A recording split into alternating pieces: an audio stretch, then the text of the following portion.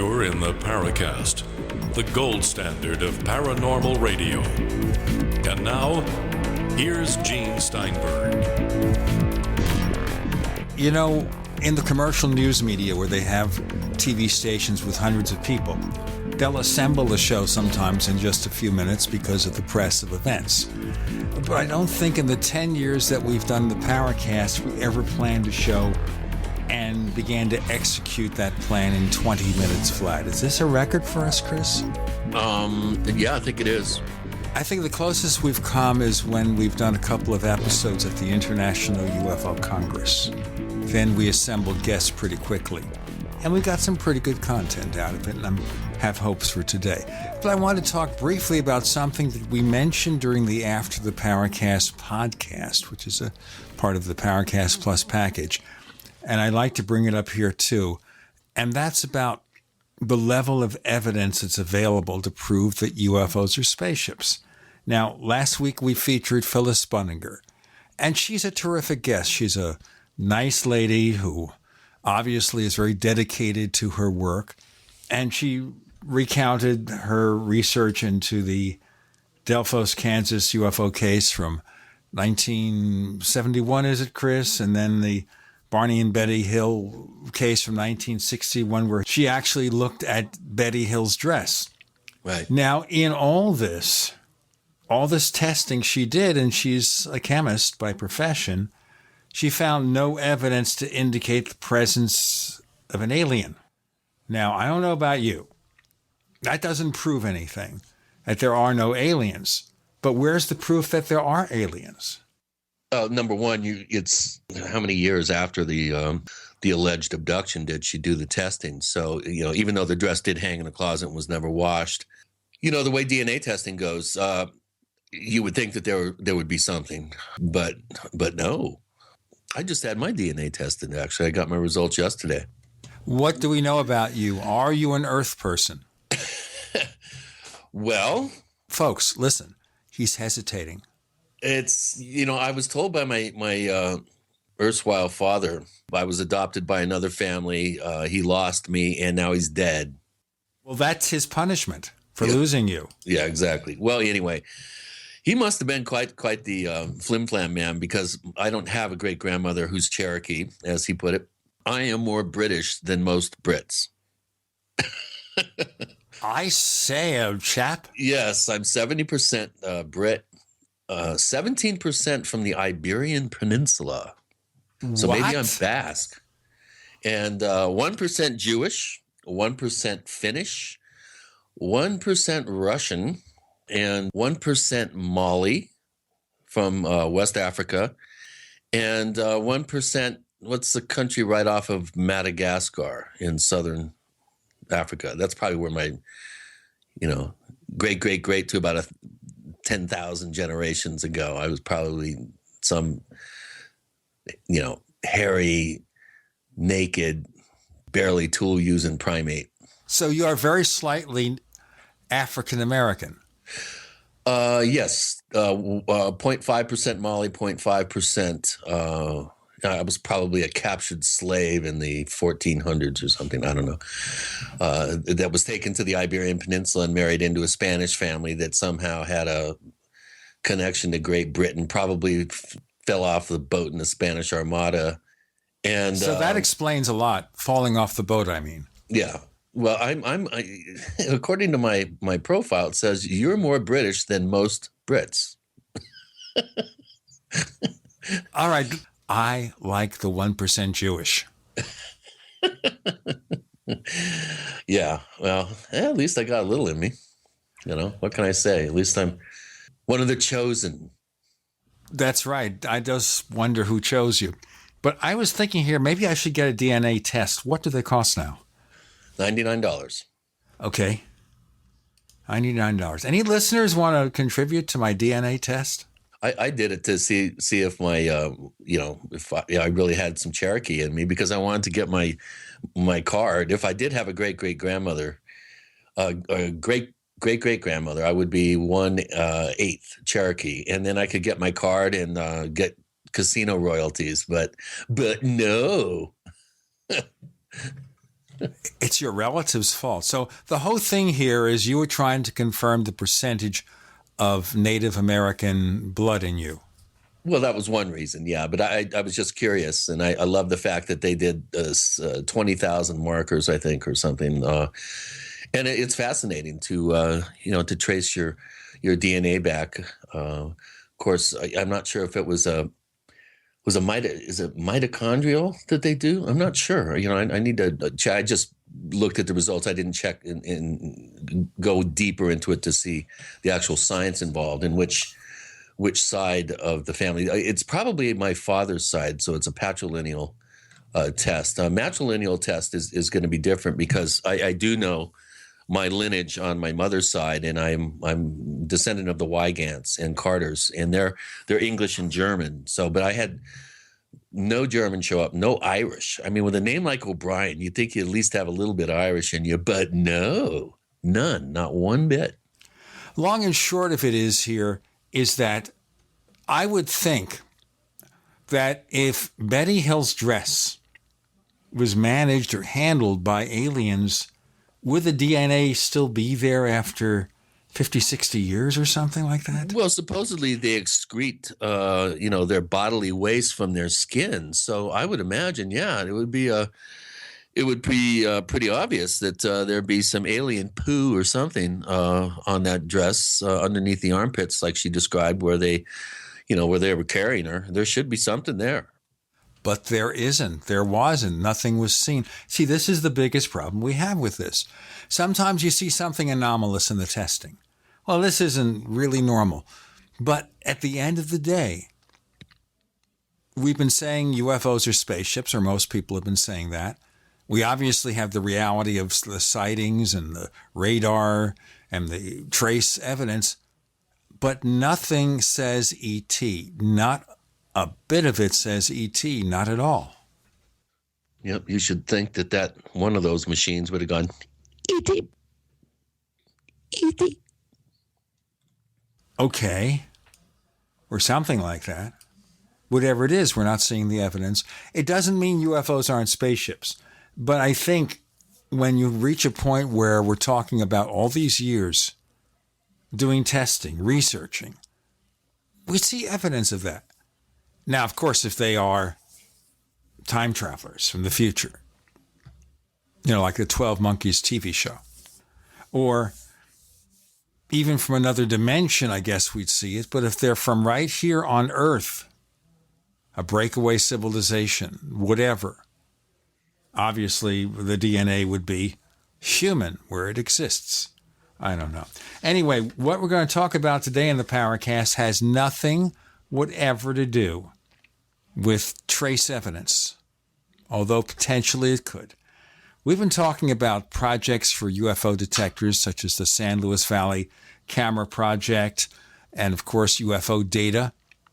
That project, which we featured on an episode of the Paracast, is run by Mark Roediger of the Center for UFO Studies, along with Leslie Kane.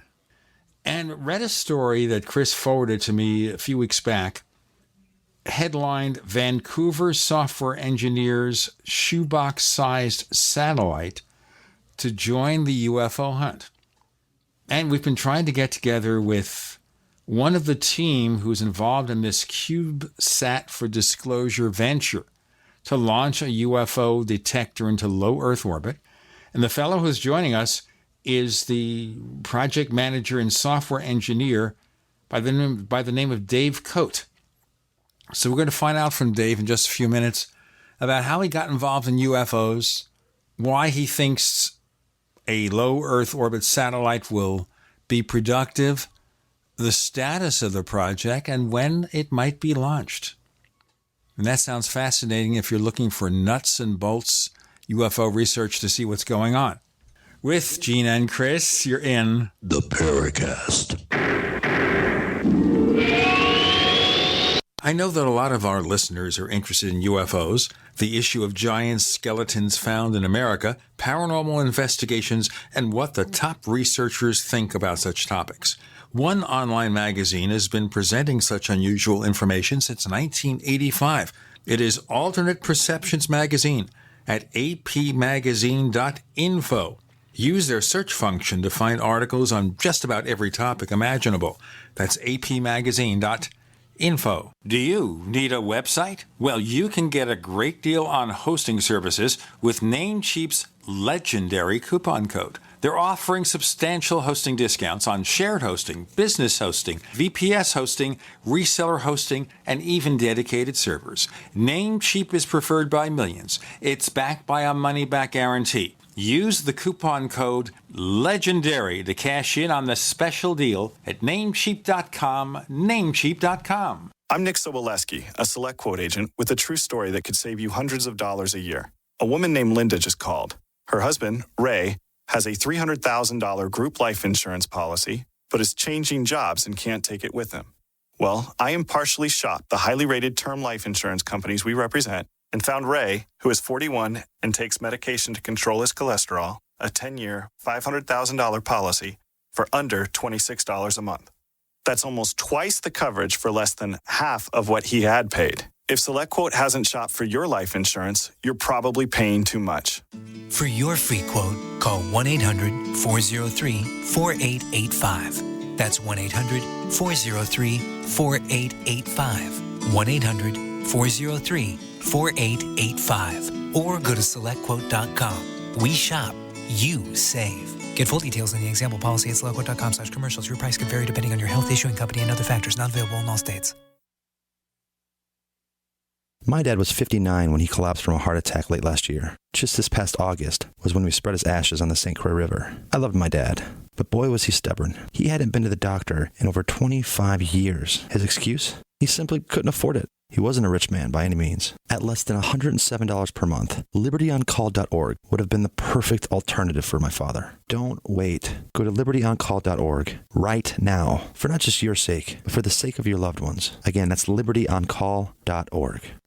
It's no secret that pathogens such as bacteria, viruses, molds, and fungus can inflict severe damage in the human body. Fortunately, a new and vastly improved silver solution has been developed. Supernatural Silver is a revolutionary broad-spectrum antibacterial, antiviral, antifungal solution that can be used inside the body as well as on the skin. Supernatural Silver is unique and superior to colloidal and ionic silvers, using a patented technology that is highly effective against colds, flus, infections, food poisoning, and yeast, in addition to many other pathogens. Supernatural Silver is scientifically supported, extremely safe, and is the #1 choice of thousands of people for immune system support. Find out how Supernatural Silver could change your life. Go to supernaturalsilver.com and use the promo code HEALTHY for 20% off. That's supernaturalsilver.com. And like us on Facebook.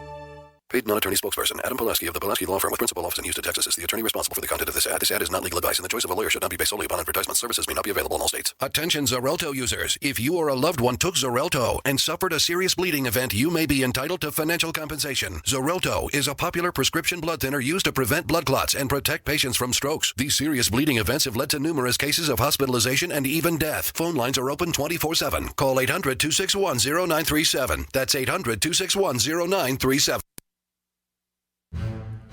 We'd like to hear from you. If you have a comment or question about the Paracast, send it to news@theparacast.com.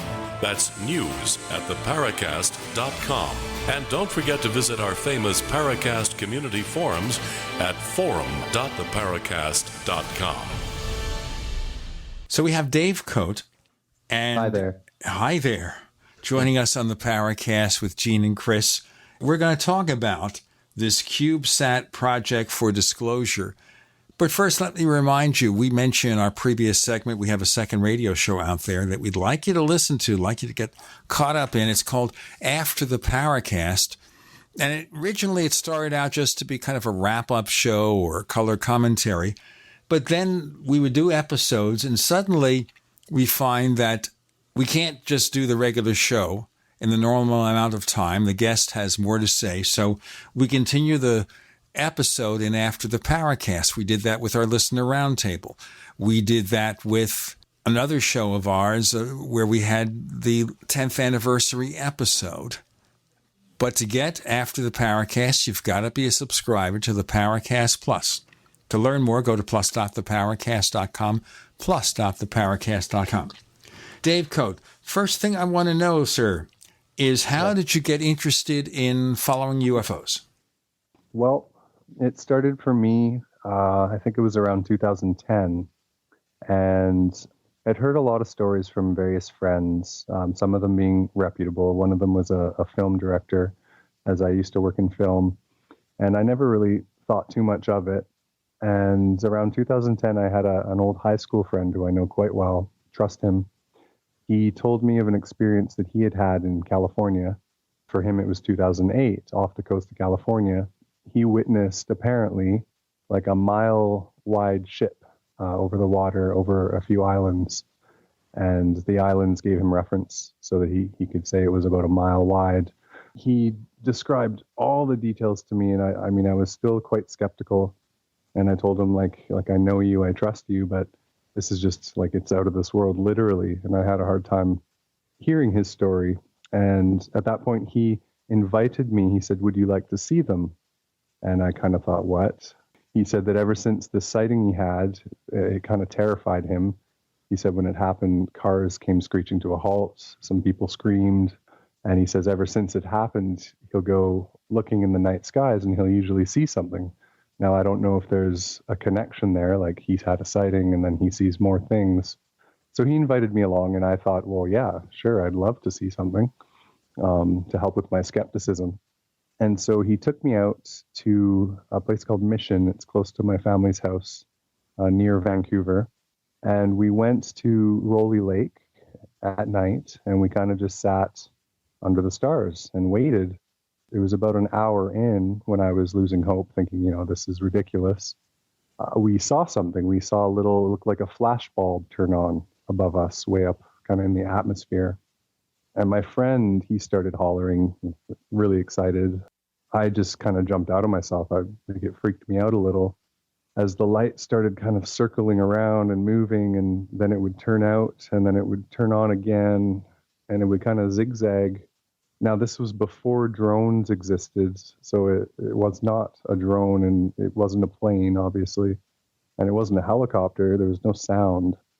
So at this point in time, my skepticism turned into a question of, like, what did I see? What could this possibly be?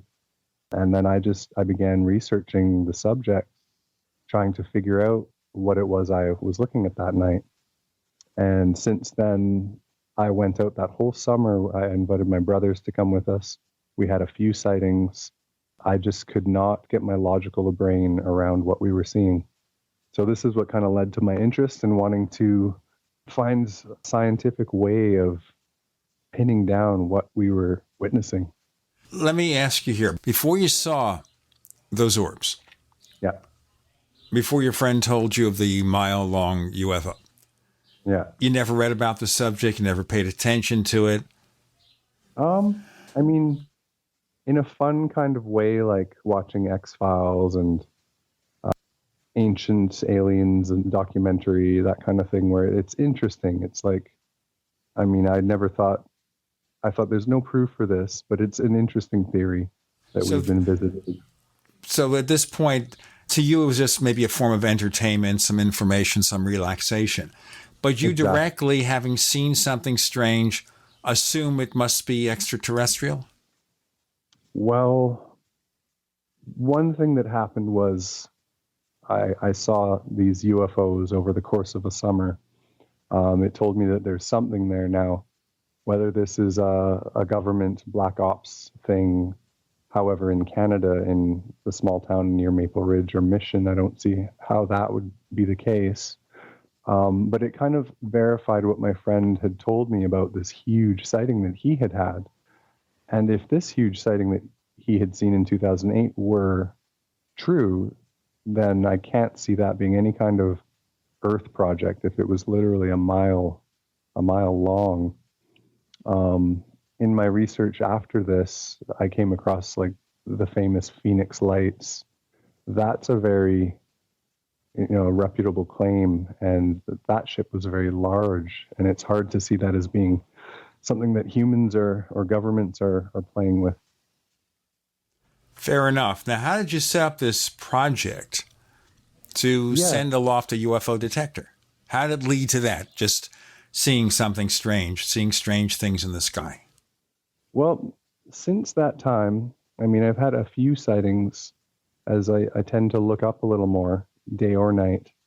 I was in Thailand, in Bangkok, with my fiance a couple of years back, and we were on the roof of our apartment in broad daylight, just laying there, relaxing. And we saw a cigar-shaped object floating above us and going across the sky. And it had no wings. It was about probably the height, maybe a bit higher as like a jet, an airline jet. But it was very strange. It was literally one of the cigar-shaped UFOs that you see pictures of. Now, we're talking here about the same size as a regular aircraft, except without the wings and the tail, pretty much. Pretty much. It might have been a bit larger, and we watched it for quite a while to make sure like there wasn't a trick of the light. And yeah, it had no wings. It was very strange. So since then, yeah, we've had a few other sightings, and it's just kind of been in my brain and one of those things that I can't figure out. And because of that, it's like something in my mind does not make sense. I was reading an article about Interorbital Systems. It's a company that does launches, and there's this big article on how they will send a really small tube sat. It's not quite a CubeSat, a little smaller, and they'll launch it for you for $8,000. And that kind of keened my interest, thinking, wow, maybe we can actually do an experiment to see what the UFO phenomenon is. Before we get into our next segment, how interesting it is that a long time ago, you wanted to launch anything into orbit, any kind of orbit, any kind of satellite. You're talking about tens and tens of millions of dollars. So it's a province of very rich people or governments. Regular people couldn't do it. We want to get into this great equalizer in terms of launching a satellite and what you hope to accomplish, and we'll deal maybe more with your experiences. We have Dave Cote with Gene and Chris. You're in The Paracast.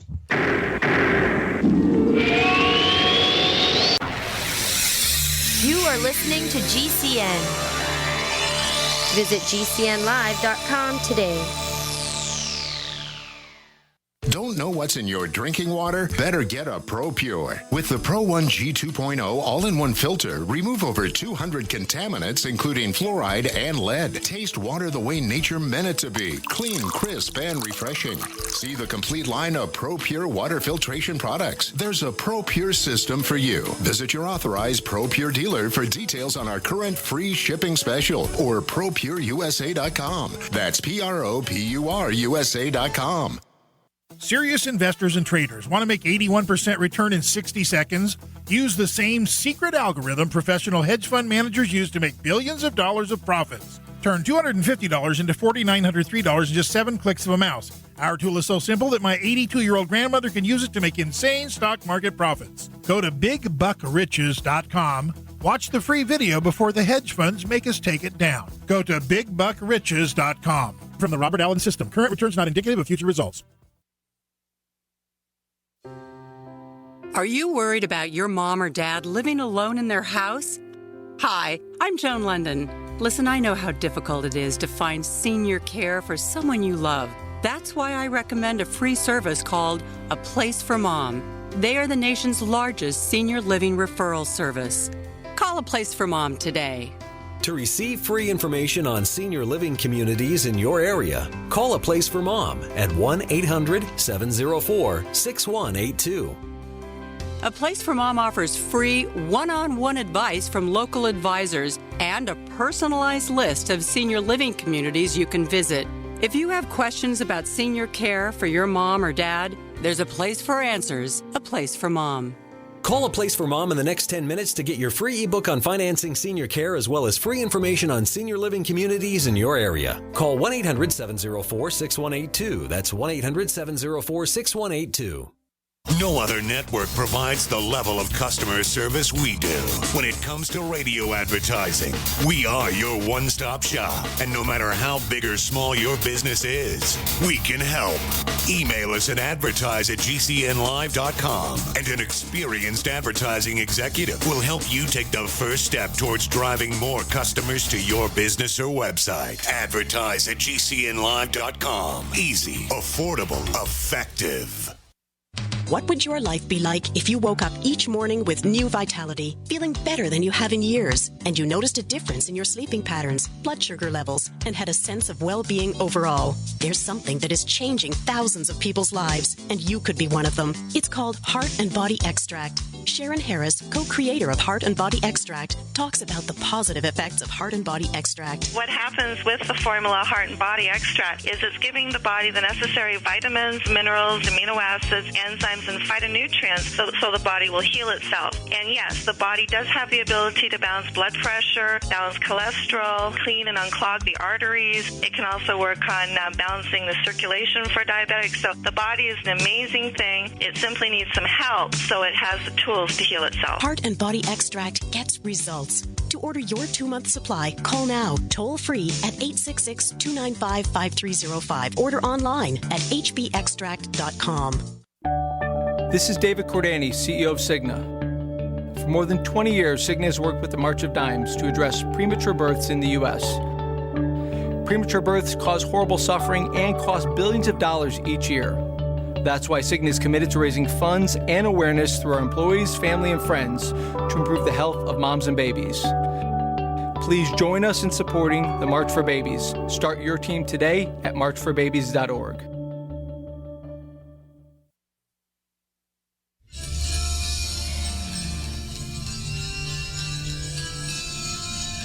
Hi, this is Bryce Abel. I'm the producer of Dark Skies, the co-author of AD After Disclosure, and you are listening to the Paracast, the gold standard of paranormal radio.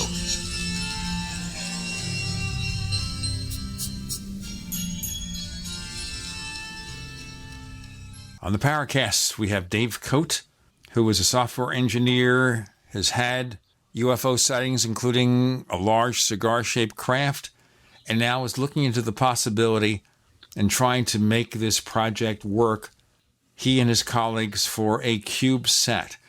You're talking about $8,000 cost. What kind of launch is this? Is this regular orbit, like you launch a communications satellite or some kind of other probe?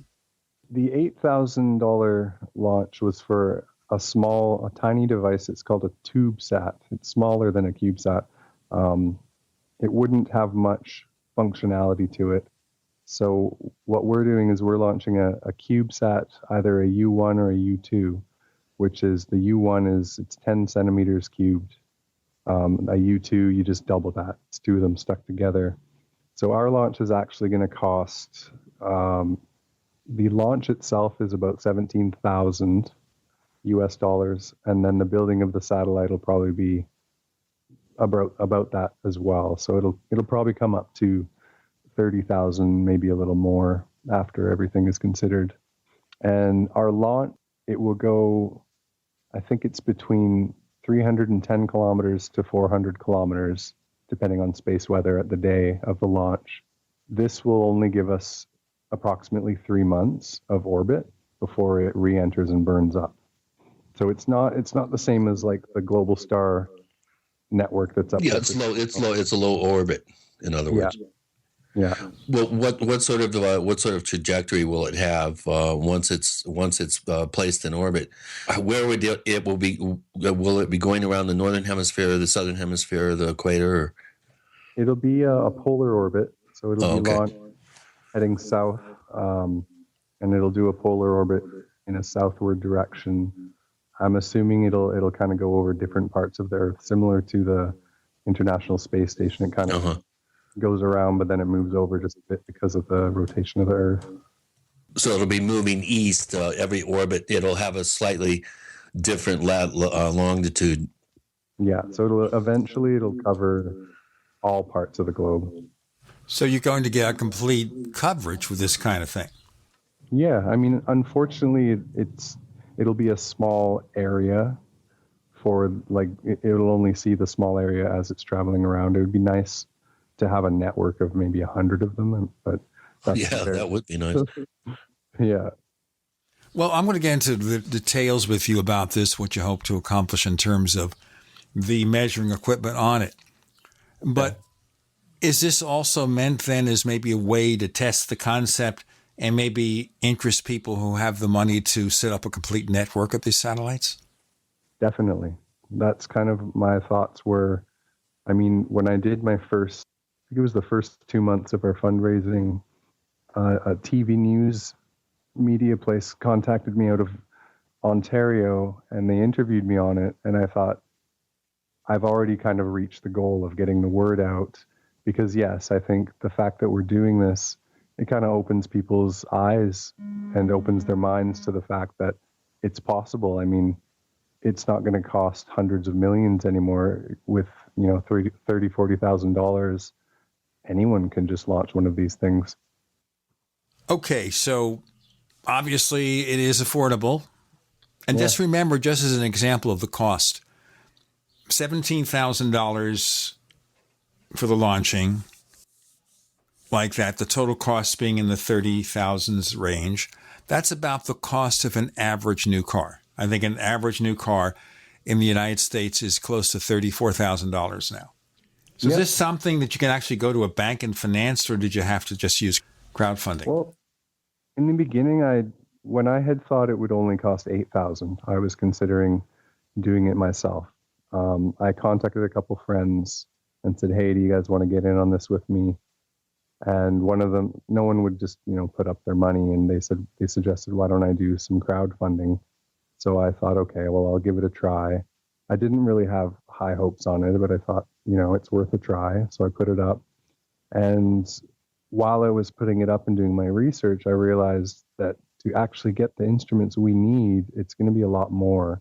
So I had set our initial crowdfunding at $50,000 because once data costs are included and everything is included, and we may have to pay some people for their time for soldering and electrical things, it does add up quite quickly. And so, that's how I ended up going the crowdsource route. I didn't finance any of it. None of it's on loan. It's all interested parties that are putting their own money in, and they just want to see us try to help disclosure happen. So you expect here that there's a chance you'll be able to detect something strange? I think so. I think there's a chance. I mean, just going on the sightings I've had, I'd say 50% of the time going out on a summer night near some water or lake and looking at the sky for a couple hours, we see something strange. Now, they're UFOs, they're unidentified flying objects. We don't know what they are. So if we see that half the time going out looking, and I don't go out often, over the summer, maybe I'll go 5 times, and then 2 or 3 of those times we'll see a strange light in the sky that's not moving normally. So this gives me hopes to think that, we'll capture something. And with the right instruments, hopefully it won't just be a UFO, and we might be able to say it's an identifiable flying object. What interests me, first of all, is the batting average you have in seeing strange things in the sky. People do this for years and see nothing. And you have a 50% chance of seeing something if you spend a few hours outside? I think, what actually got me thinking about it was, I had never seen anything before. And I guess in my own mind, I would think, I've looked at the sky a lot, but I never actually put a blanket out, scanned the sky for, a 4-hour period of time. I'd never done that before. And I wonder how many people actually do that. Well, first of all, I must have missed where these sighting events occurred. Where exactly were you? This was in Mission, which is close to Vancouver, about an hour and a half drive from Vancouver, Canada. But which direction?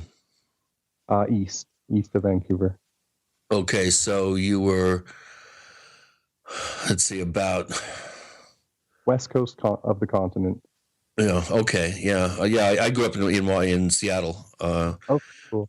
Yeah. I've been all through that area, Harrison Hot Springs, all the way over to Jasper and Lake Louise. Lake Louise and then up the Saskatchewan River Valley. An area that's really not that, there's not that much population there. Have you spoke with Brian Vike, who's runs a kind of a UFO group there in BC? No, actually, I haven't. Yeah, you should look him up. Vike, Brian Vike. He's been a clearinghouse for British Columbia reports for 20 plus years. Wow. Okay. Yeah, I'll do that. Because what you may want to do is, that's a pretty incredible statistic. Where I lived for 13 years down in Colorado, at least for the United States, has the per 10,000 population has the highest number of UFO sightings. It's around 273 sighting events per 10,000 population. So, what you're talking about is so far above any established level of sighting events for an area that I'm scratching my head going, man, maybe I should take a trip up there. If you think that every other time you go out, you're going to be seeing objects up there, maybe more people need to be focusing their attentions on that part of southern British Columbia. And I'm going to ask you another question. We have to break in a moment. And that is here, you're having this great batting average. Have you talked to people who live in that area about whether they are seeing UFOs? Do the local newspapers or local media report frequent sightings? I want to know more about that, and we'll get into that and then focus more on your satellite project with Dave Cote. And Gene and Chris, you're in the Paracast.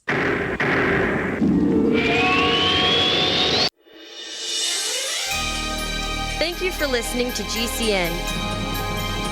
Be sure to visit GCNlive.com today. Conspiracy Journal is your #1 source for the hidden world of the weird and strange. We bring you thought-provoking and controversial material for free-thinking individuals who are seeking what is really going on in our world today. Some of this material may adversely affect you. Other pieces are meant to enlighten. Either way, be prepared to be intrigued by such things as the reality of UFOs, ghosts, strange creatures from time and space, hidden conspiracies, time travel, Nikola Tesla, suppressed technology, and a whole lot more. You can find out more by visiting our website at conspiracyjournal.com. There you can sign up for our free weekly newsletter sent directly to your email address. Find out what they don't want you to know.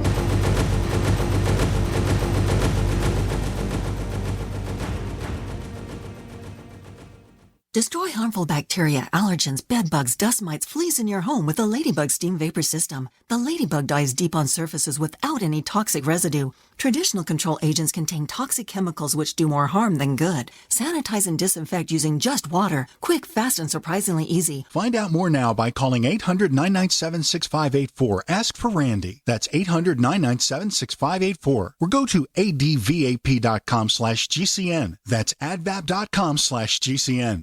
We use mobile devices right against our bodies every day, but growing scientific evidence has emerged showing serious health risks associated with exposure to EMF radiation emitted from these devices. The solution is Defender Shield, the most effective mobile radiation shielding ever developed. Defender Shield blocks virtually 100% of EMF radiation from cell phones, tablets, and laptops, and starts at just $64.99. Buy now at DefenderShield.com. For 10% off, use promo code GCN. DefenderShield.com, the worldwide leader in mobile radiation shielding. Owe $10,000 or more to the IRS? Get on board with the Tax Admiral. Don't pick on the IRS alone. I'll cut penalties and reduce your overall tax bill. Sometimes I can even get it zeroed out completely. We're an A-rated company helping people clean up their mess with the IRS. If you owe $10,000 or more, then call the Tax Admiral. Call 800-287-7180. Again, that's 800-287-7180. 800-287-7180. Hi, this is Dr. Joel Wallach, the Mineral Doctor. You've heard me talk about 90 for Life for years. 60 minerals, 16 vitamins, 12 amino acids, 2 fatty acids. You may not know this, that I've actually designed Arthrodex for animals. That's right. Your pets need 90 for Life too. Get this essential pet product by calling 877-279-9422. That's 877-279-9422. Again, 877-279-9422. Ted Anderson telling you about Jordan Rubin's Beyond Organic Green-Fed Raw Cheddar Artesian Cheese featuring whole milk created through ancient dairy breeding, unpasteurized, untreated whole milk on the same farm the cows graze, containing natural sources of omega-3s, CLA protein, calcium, probiotics, and enzymes. I have never tasted cheese this good, and you need to try it. Contact your Longevity distributor or call 877-878-4203 or go to gcnteam.com. So you've got to take a state construction license exam or certification. Can't decide on what books or what chapters to study? Discover right now how you can eliminate unnecessary books and wasted study time. At contractorexam.com, our study materials zero in on state-required test topics in an effective, multiple-choice format. So whether you're a plumber, electrician, general contractor, or other construction-related trade, contractorexam.com will help get you prepared. Visit us at www.contractorexam.com today. Hi, this is James Fox from Chasing UFOs. You're listening to the Paracast, the gold standard of paranormal radio. We have Dave Cote, and he's involved in a project called CubeSat for Disclosure. And he was talking about the fact that he is seeing UFOs west of Vancouver in the province of British Columbia, Canada, has a 500 batting average, which means half the time he looks or goes out, he sees something. So what about the local media? What about the local populace? Are other people reporting a lot of UFOs? Well, I have not looked into any reporting channels. I think I reported maybe one. I had found an app on my Android phone. Can't remember the name of the app, but you could report UFO sightings. You could also look for UFO reports within your radius, etc. I had done that once, but mainly I had just kind of talked about it with my family, my friends, people I'd take. My brothers are both science students as well, and they're highly skeptical. So whenever we would see something, we would talk about it, and by the time the next day had rolled around, we'd kind of discounted it as much as we could to the point where we didn't really believe what we saw again. And then we'd go another few nights and we'd see something else. And this is kind of the process we'd go through. I'll try to describe what we would see. That would be, a common thing that we would see is you'd see a quick little flash, like a flash bulb going off way in the atmosphere above you. And then you'd kind of pay attention, and then you'd wait, and then it would flash again and sometimes actually stay on for a bit. And this little light would kind of wiggle around, and then it would turn out. So then we would see that and we'd think, what the heck? We'd start to talk about, well, it's not a plane because, planes, they're very predictable. They have their flashing lights that they legally have to have. They move in a straight line. They don't go in arcs. No sound, so likely not a helicopter.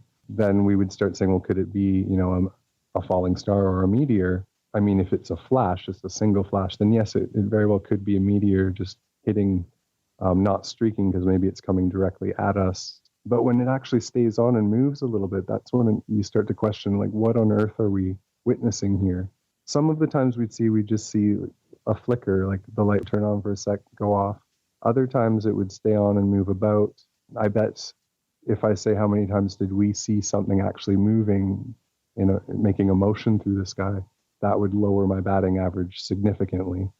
But yeah, we've had quite a few times that we were scratching our heads and not able to explain to each other or ourselves what we were seeing. Chris, you've done so many years of field investigation. Ever hear of lights like that? Yeah, I've heard of every configuration, every description, every color, every type of movement. There is no real rhyme or reason. It's very intriguing to me, though, that there should be all this apparent activity going on, and we just aren't hearing about it through Brian Vike and others. Of course, right there in Seattle is the National UFO Reporting Center and Peter Davenport. I think if you want to do some more research, Dave, you should contact Peter and find out the kinds of reports that are right across the border there in north central Washington over towards, I guess, the Seattle area, and then up around between Nelson and Vancouver. and get a little better sense of what officially is being reported there. Some of what you're seeing could be some sort of Boeing might be trotting stuff out and test flying stuff over there. You never know. So I think it'd be interesting for you to do some research and get a little bit more up to speed on some of the activity that's going on in the area. I love the idea of your project. I think it's a really good one. Oh, I was just saying thank you. Yeah. Any sort of help that we can give you here at the Paracast, let us know. We have a international audience. We've got folks up in your area and all over the world listening to the show every week. And we do kind of pride ourselves in being up to speed on a lot of the different subject matters that we cover here, especially UFOs. And I think it's important for you to get up to speed. And that's going to help you, too, in terms of selecting the brands and types of equipment that you want to put on your bird. Obviously you're doing that, but I've got some contacts for you that guys that used to work at Aerojet and design optic systems for Department of Defense and other things. So you do have recourse in getting some consultancy type assistance from people that really know their stuff. And you don't, with this kind of operation and limited lifespan, you want to maximize the potential as much as you can. And bang for the buck, and there's ways to, you don't want to have to reinvent the wheel, so to speak, and the cost of the technology, as I'm sure you found out, is falling off a cliff, which is, I think, really good for the UFO detection projects out there. I have one going myself that's going to be a ground-based detection system, but triangulated array, so we can pull some good science out.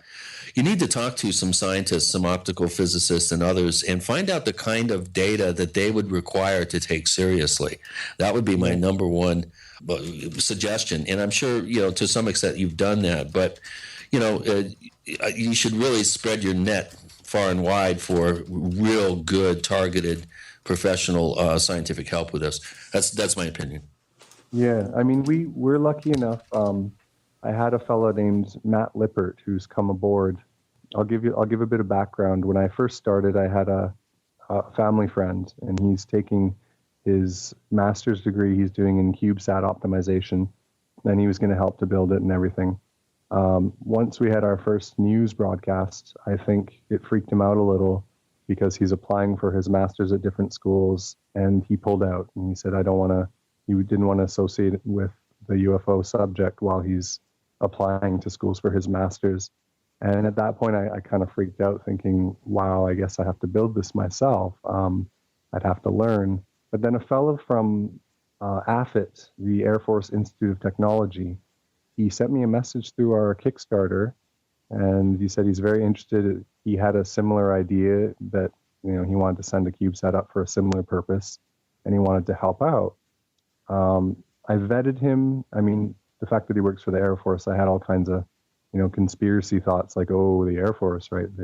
Are they trying to get involved or whatever? But it turns out he works for them in an educational capacity, basically teaching them about CubeSats. And he's got an interest in our project because he wants to start a CubeSat company.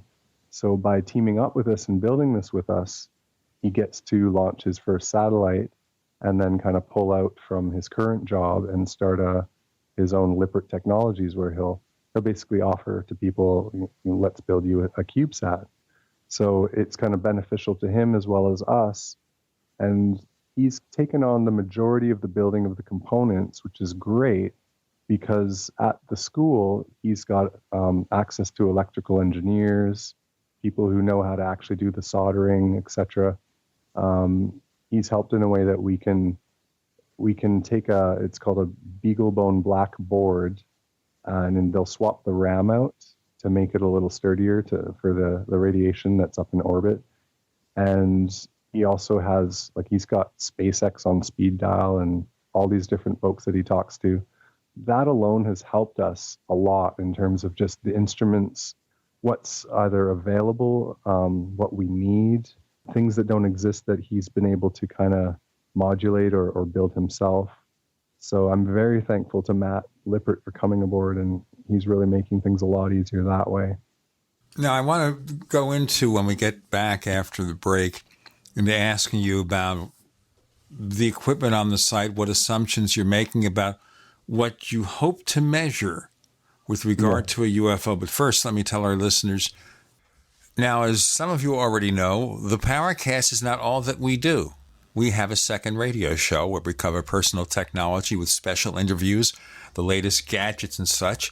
It's called the Tech Night Owl Live. It was actually my first radio show. It started in 2002, and you could check it out at technightowl.com/radio. That's technightowl.com/radio. But we also have a companion radio show for the Paracast, and we call it, of course, After the Paracast. It includes color commentary, just Chris and I talking.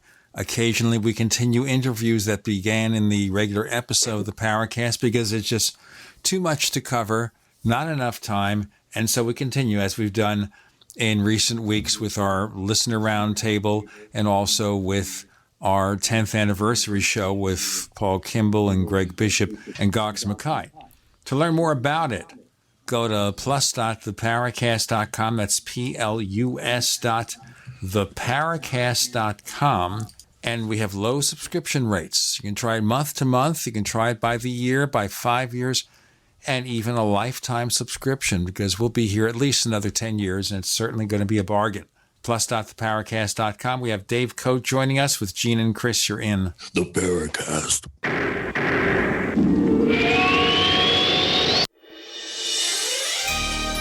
Thank you for listening to GCN. Be sure to visit GCNlive.com today. Attack of the Rockoids has been well received by critics and readers alike. It's a thrill-a-minute story you'll never forget.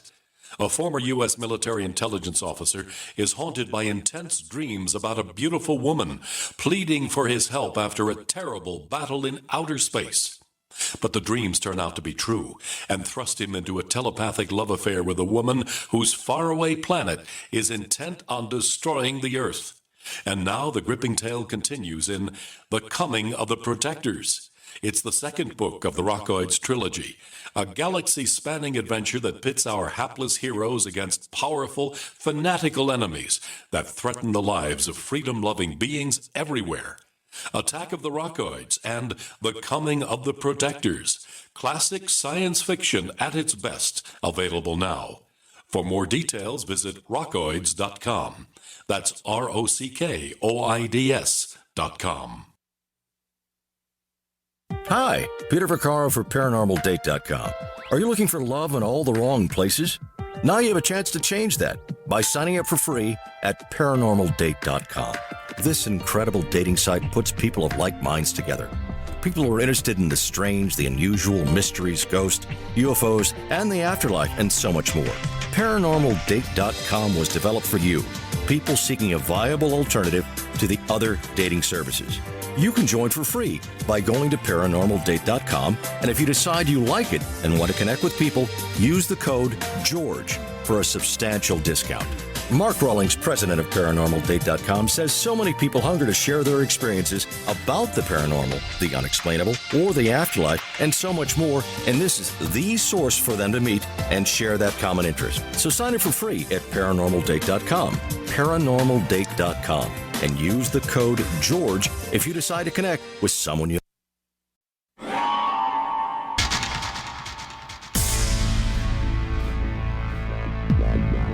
Welcome back to the Paracast, the gold standard of paranormal radio. And now, here's Gene Steinberg.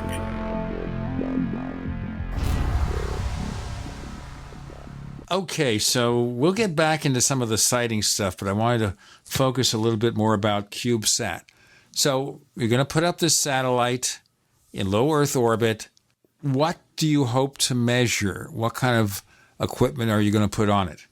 Well, primarily the first edition we had were cameras, and we will have two cameras, one facing earthbound and then one facing towards space. Now, the earthbound camera, I've been recently doing a bunch of image analysis just based on the live feeds of the ISS and taking a look at that. And it is going to be difficult to actually pick out objects on the earthbound range unless it's at night. If a UFO is lit up at night, then we're going to get a nice few pixels of light there. The spacebound also will be better in terms of capturing an object that's reflecting something. I mean, at that point, we're going to have to determine, was that another satellite? Was it space junk? Was it reflecting or emitting its own light source, etc.? So we'll have the cameras. There'll be high-def cameras that will be able to capture as much as it can based on its pixel count. We'll be removing the infrared filters that they put on a lot of cameras just so that you get a nice image without all the extra infrared. We'll be removing that filter. So we'll get the additional information of infrared spectrum that should be able to help. I'd say maybe it'll double our resolution. Then we will have, I had thought that high energy ionized radiation would be a good idea. So we'll have a Geiger counter on there. These things are usually directional, which will make it a little difficult unless the radiation readings spike all around our satellite. But in my research of UFO phenomenon, or where people have actually claimed that they've experienced like a landing, like there's one in the UK there in the forest. There's a few others I researched. They tended to mention electromagnetic radiation spikes during these events. So I thought, well, then we should be measuring that as well. So we're going to measure electromagnetic. So we've basically got high energy particles, electromagnetic, and then the visual and the infrared with our cameras. There's two sensors that you really should consider, and that would be a gravitometer to measure changes in gravity, and also a magnetometer to measure changes in the electromagnetic spectrum. Those are two. Yeah. Those are two, forces that we are fairly certain are involved in UFO propulsion, and also, the types of effects that are reported by witnesses, car electrical systems crashing, that sort of thing, changes in the Earth's gravitational field, or the amount of gravity is being affected by another gravity source. Things like optical collapsing of horizons, for instance, of footage taken out of airliner windows, and the intense gravitational field actually optically bends the light. So those are two really important ones. Something like a radiation detector, I think, would be fairly, I don't know, I just it would be superfluous, I think. I don't think it would really have that, you'd really learn much from that. Especially because in space you've got so much radiation bouncing around already. It's going to be ebbing and flowing all the time. Yeah. But changes in gravitational intensity, and also changes in EM intensity, is really important. Those are two sensor arrays that are, I think, crucial. Optically, it's scientists aren't really that impressed by optical information. They're impressed more with measuring other types of energy. Yeah, I agree. And we do have the magnetometer on board. We have a 3-axis magnetometer, and then we'll also be getting the electromagnetic. The high energy radiation, the Geiger counter, it's just really light and really easy to stick on there, and really cheap. It's only like $100. So so why not? Yeah, why not? I mean, you're right. Like, that may not show anything because there's also something we need to worry about. That's what's it called? The something anomaly. It's over, I think, Antarctica. It's this high radiation area that potentially our CubeSat will have to pass through on each orbit. Hopefully we'll miss it, but there's a chance we're going to be going through it. We're going to try to harden the satellite so that it doesn't get damaged. But in the past, this little anomaly, this anomalous area, has actually shut down satellites. So yeah, I mean, if we didn't know about that, we'd think, oh wow, there's definitely an anomaly happening every time we go over the Antarctic. Right. I hate to be the negative nabob here. That's okay. But the one thing that I'd be most concerned with is having some sort of anti-satellite defense system, because chances are there'll be certain other neighbors in space that will be a little bit, I think, challenged by your project. And people have often joked with me that the one thing I need to be concerned with in the San Luis Valley with my 3-camera array is somebody flying by and zapping my cameras. And the same might hold true for you. It'd be interesting to maybe stick a radar unit on it to detect incoming anti-sat weapons. Yeah, I mean, I've had that posed quite a few times, usually in the comment sections of articles and such.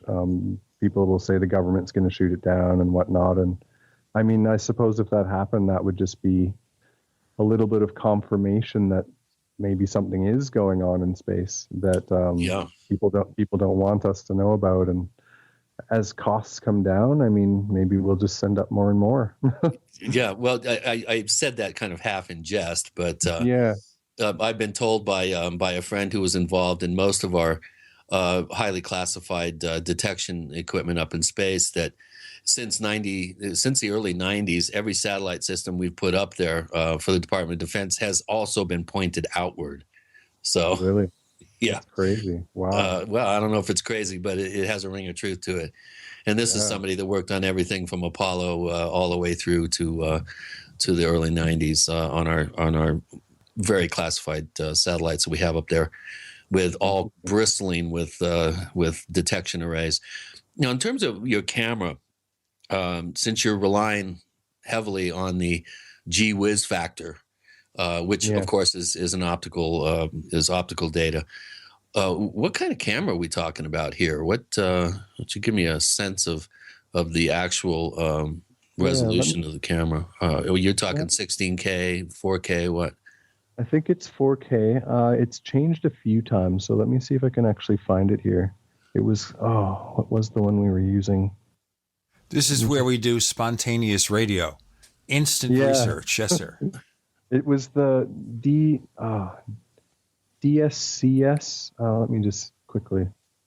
DSC 2860. Well, at what distance can it? I mean, because past the distance, a camera that could fit on a satellite that size is not going to be able to detect anything over, anything under a mile at that altitude. You're only going to be picking up motherships. You're not going to be picking up. You're only going to be picking up grand motherships, and you have a very small chance of getting motherships. Yeah, I mean, it's going to be. It's not like it's going to be similar to the camera that's used, the high def camera on the International Space Station, which, like, when you look down, you're going to see a whole bunch of clouds. You're going to see some ocean, and yes, if it were, you can barely make out a plane. A plane would be a couple pixels. Right. So in terms of that, we would be hoping that it would be closer and that we would be lucking out coming across something. Yeah, obviously, again, it would be nice to have several of them spanning. Well, a whole net of them would be ideal. Then you could cover the whole thing like a blanket. But yeah, so in other words, it's almost like playing the lottery to go up there because you never know. True. Yeah, it is true. Yeah. We'll get into more of the CubeSat program and the plans and the hopes and the dreams with Dave Cote. And Gina and Chris, you're in the Paracast. Do you need a website? Well, you can get a great deal on hosting services with Namecheap's legendary coupon code. They're offering substantial hosting discounts on shared hosting, business hosting, VPS hosting, reseller hosting, and even dedicated servers. Namecheap is preferred by millions. It's backed by a money-back guarantee. Use the coupon code LEGENDARY to cash in on the special deal at Namecheap.com, Namecheap.com. First came Attack of the Rockoids, and it was a critically acclaimed success. And now there's The Coming of the Protectors. A former military intelligence man is contacted by a space woman in a dream that turns out to be a nightmare because evil forces on her distant planet are planning to conquer the Earth. This is gripping science fiction of the classic kind. Attack of the Rockoids and The Coming of the Protectors. Find out more at rockoids.com. That's Rockoids, ROCKOIDS.com. I'm Nick Soboleski, a Select Quote agent with a true story that could save you hundreds of dollars a year. A woman named Linda just called. Her husband, Ray, has a $300,000 group life insurance policy, but is changing jobs and can't take it with him. Well, I impartially shopped the highly rated term life insurance companies we represent and found Ray, who is 41 and takes medication to control his cholesterol, a 10-year, $500,000 policy for under $26 a month. That's almost twice the coverage for less than half of what he had paid. If SelectQuote hasn't shopped for your life insurance, you're probably paying too much. For your free quote, call 1-800-403-4885. That's 1-800-403-4885. 1-800-403-4885. Or go to SelectQuote.com. We shop, you save. Get full details in the example policy at SelectQuote.com/commercials. Your price could vary depending on your health, issuing company, and other factors. Not available in all states. Serious investors and traders want to make 81% return in 60 seconds? Use the same secret algorithm professional hedge fund managers use to make billions of dollars of profits. Turn $250 into $4,903 in just 7 clicks of a mouse. Our tool is so simple that my 82-year-old grandmother can use it to make insane stock market profits. Go to BigBuckRiches.com. Watch the free video before the hedge funds make us take it down. Go to BigBuckRiches.com. From the Robert Allen System, current returns not indicative of future results. This is a healthcare alert from the Pain Relief Hotline. If you, a family member, or a loved one suffers from knee, back, shoulder, or ankle pain and have Medicare as your primary insurance, we've got great news. You don't have to suffer any longer. You can immediately qualify for a pain-relieving brace at little or no cost to you by calling our 24/7 Pain Relief Hotline at 866-389-0620. Delivery is free and all paperwork is handled for you. If you are on Medicare and have knee, back, shoulder, or ankle pain, don't wait. You can qualify to immediately receive a pain-relieving brace at little or no cost by calling our 24/7 Pain Hotline now at 866-389-0620. Our representatives are standing by 24/7 to take your call and rush you your pain-relieving brace at little or no cost to you. Shipping is free and all paperwork is handled for you. Just call 866-389-0620. That's 866-389-0620. Again, 866-389-0620. Owe $10,000 or more to the IRS? Get on board with the Tax Admiral. Don't take on the IRS alone. I'll cut penalties and reduce your overall tax bill. Sometimes I can even get it zeroed out completely. We're an A-rated company helping people clean up their mess with the IRS. If you owe $10,000 or more, then call the Tax Admiral. Call 800-287-7180. Again, that's 800-287-7180. 800-287-7180. We'd like to hear from you. If you have a comment or question about the Paracast, send it to news@theparacast.com. That's news@theparacast.com. And don't forget to visit our famous Paracast community forums at forum.theparacast.com. So we're going into space, maybe, with CubeSat. Dave Cote is part of the CubeSat for Disclosure project. So let's look at where we are now. And obviously, you haven't built the satellite yet, so things can change. Right now, the basic hope is that if you capture a UFO in terms of a photograph, it's got to be a pretty big UFO. It can't be one of the normal, so-called normal-sized craft, right?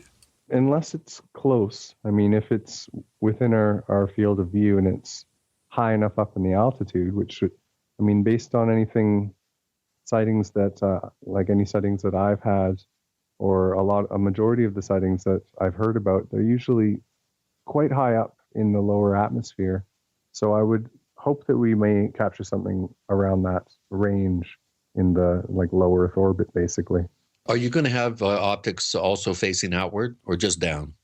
Up and then down. We're aiming for a kind of a fisheye parabolic lens that will extend our field of view beyond what it would normally be capable of. Right, so like an all-sky cam type, right? Exactly. Yeah, there are cameras that don't have the fisheye distortion that you can use, that have a tremendously wide field of view. Yeah, exactly. So that's what we'll be aiming for. I mean, we probably will not see the actual horizon, like dipping beyond the horizon, but we'll get a large portion of the sky around the satellite itself. Now, this is obviously very much dependent on luck. That number one, there are mothership-sized craft flying about, that they would get close enough to you to be able to detect them. Yes. Okay. Now, I'm going to be a little critical here, but I understand the nature of what you're doing, what you're trying to do. The chances for success are fairly low, aren't they? I wouldn't go as far to say that. I mean, based on the sightings that do occur, I think we have a pretty good chance. I mean, it's going to be up there for 3 months, so that's quite a long time. I think the amount of photos, we're going to be taking close to 1 million photos that we'll be going through. So I think we have a pretty good chance of catching something, at least some anomaly of some sort. Have you considered some sort of software that would be triggered like by motion? In other words, detect motion, and then use your optics to focus in and follow and track motion? Yes, absolutely. And I'm actually working on that right now. I've been writing software that we're going to be putting on our boards, and it specifically does exactly that. It will detect motion, changes within the image, and then will allow us to refocus. And we've got some magnetotorquers that will actually allow us to move our cameras, move the sat, and focus on an area that we wish to focus on. So it won't be so much random. We will actually have some control and some automation in the process. Very, very exciting. Is it going to be open source? Could I borrow your software? Absolutely. Yeah, I've been putting the word out through MUFON. I know there's a few groups that have been having a difficulty with that exactly. Yeah, we have too. Yeah. Okay. Well, yeah, I'd love to share it. Everything will be open source. Oh, man. MUFON is sometimes... If you were a girl, I'd kiss you. Let's just stop the grisly stuff here. MUFON tends to be somewhat difficult. Yeah, they have been difficult to actually get through to talk to someone. Took quite a while, but we ended up being contacted, and they did an article for us that they agreed to put it on their site. We had started out reaching out to different MUFON branches, like they'll have different MUFONs per state, and we had no success at all. And then Dave Schock, who's involved in the project as well, he had a contact that I guess works for the big MUFON, like the umbrella of them, and they ended up sending someone out to do an article on us and stuck it on their website. We're probably going to be going out in their little brochure they mail to everyone.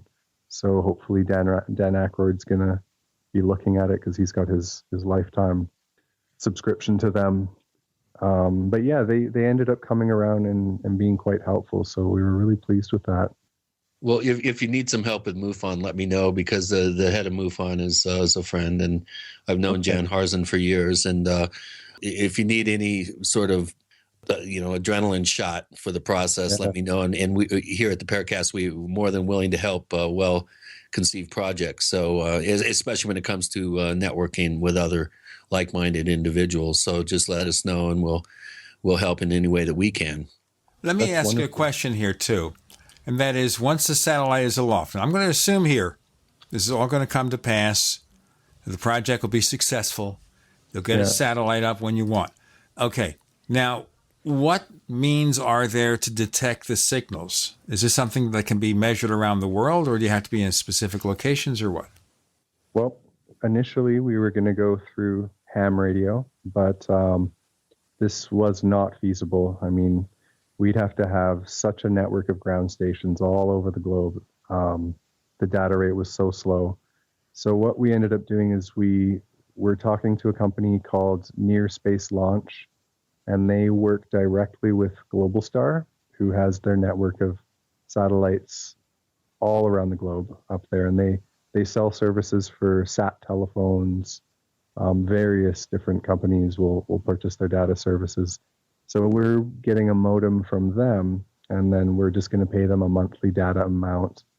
So this is great because this will allow us to have, I think it's like 98% global coverage. There might be a couple areas in the ocean that you'll miss a few minutes, but also we'll be able to log in either through their website or receive emails of our data, or they'll help us integrate it right into our own website. So that's how we're going to do our data, and it gives us a much higher data rate. The only limit then becomes cost. Yeah, I was going to ask, how much is this going to cost a month? Well, right now we're looking at, there's a package that's about $3,000 a month, which we should be able to do that. Now, this would allow us a constant stream, maybe every 3 seconds or every 5 seconds, of a small image. It's probably up to 200 kilobytes, which is tiny, and it still has a resolution that's 1900 by 1900. So the resolution's good. And then what we could do is stream that, and we'd have on our website like an image every 5 seconds. So kind of be like a really low frame rate video. And then if we can perfect the software enough that the anomaly detection gets really good, when it detects an anomaly, it would send a high def image. And I mean, if we could keep it down so that it wasn't sending more than like 1 or 2 a day with real anomalies, then we could keep the data cost down. But if it starts sending high def images every second, then we're screwed. Oh, that's a huge amount of data. Now, if this is posted on your site, therefore anyone can go to your site and see the signals, the transmissions as they're received. We're going to ask more questions about that, about the project, where it's going to go, and maybe more about your viewpoints about UFOs. And since this is called CubeSat for disclosure, what you think governments might know about UFOs. We have Dave Cote joining Gene and Chris. You're in the Paracast. Thank you for listening to GCN. Visit GCNlive.com today.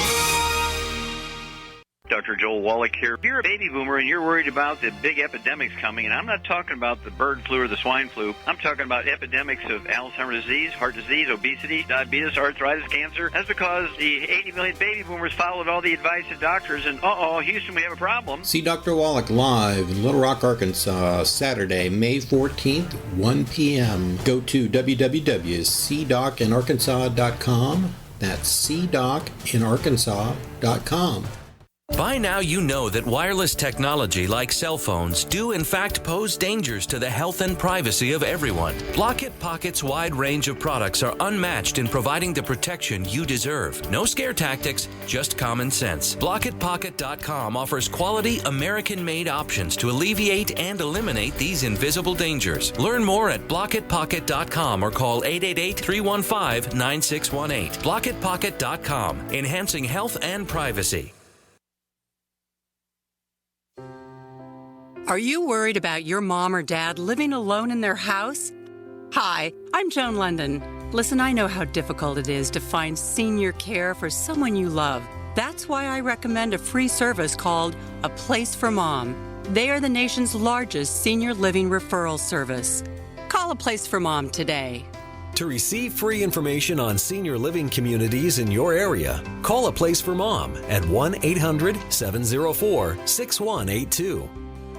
A Place for Mom offers free one-on-one advice from local advisors and a personalized list of senior living communities you can visit.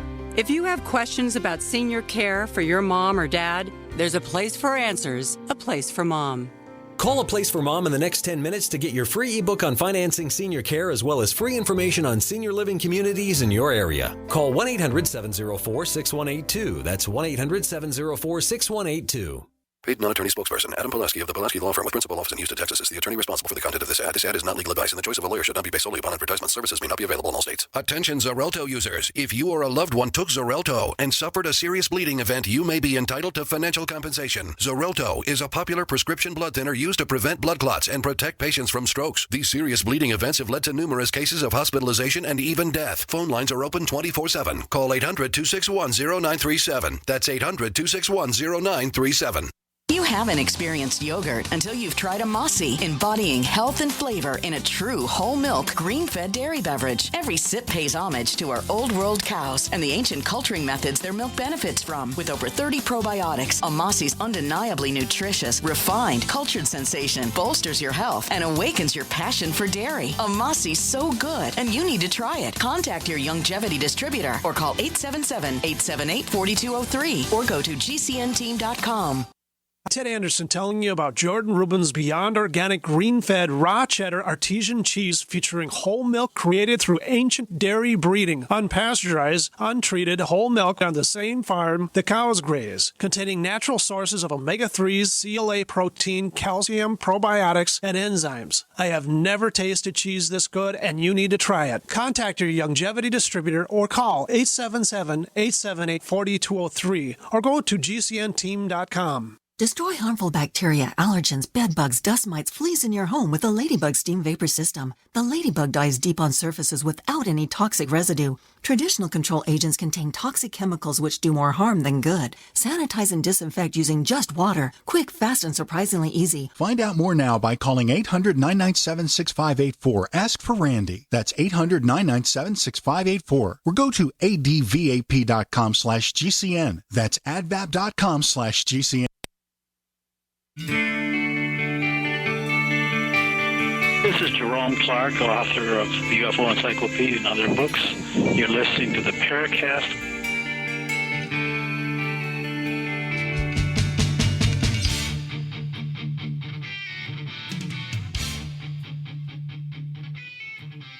So the question I asked Dave Cote is, based on what you're telling me, once this is up, once this is launched, once this is working, we can go to your site and see the pictures. Absolutely. Okay. In fact, I'll go further to say I'm working on the software now, and I've just been coding like crazy. And what I'm using is, because it's freely available, we've got the International Space Station's high-def cam that's similar to the camera we'll be using in terms of field of view. I'm running the software on that camera, the live stream. And I was thinking of actually, maybe in the next few days, putting up a dummy website that would stream their pictures and just do a mock scan of anomalies just to get a feel. I'd like to also put a comment board and people could comment suggestions. I'm measuring on my own laptop here, like how many pictures it's downloading, how much space it's taking up per day. It's pretty good so far. I mean, it's not going over 3 to 6 gigabytes per day. Now that's the high def images. So it looks like it's starting to work. Okay, let me ask you here more about this. And that is, once this is up, once you've got your first satellite, and hopefully there will be more, would you consider running images from other UFO detection projects? I'd love that. I mean, if people wanted to collaborate, that would be wonderful. You see, that's part of the picture here, is so much has been in the UFO field where there's not a lot of cooperation. But I wanted to go back briefly to your sightings. You've got all this instrumentation that you're contemplating for your satellite. You're seeing UFOs regularly. When you go out to do your sky watching, what do you have with you? I usually bring myself, a friend, a blanket, and a laser pointer. And recently I purchased a night vision monocular, like a Owl Eye, I think is the brand, something like that, Owl something. I was a little bit discouraged after I purchased the night vision because it basically cut my sightings down to 25%, because I think there's a lot of space junk up there. I saw a few little flashes, not the ones that turned on and moved around, but just little flashes that I thought could be something significant.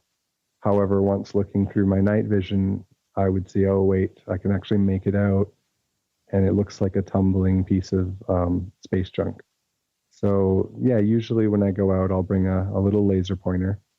It depends on whether you believe in this kind of thing or not. But my friend who initially took me for my first sighting, the one who had the huge experience, he seemed to think that, he straight up thinks they're extraterrestrials in their spaceships and they're very connected to us.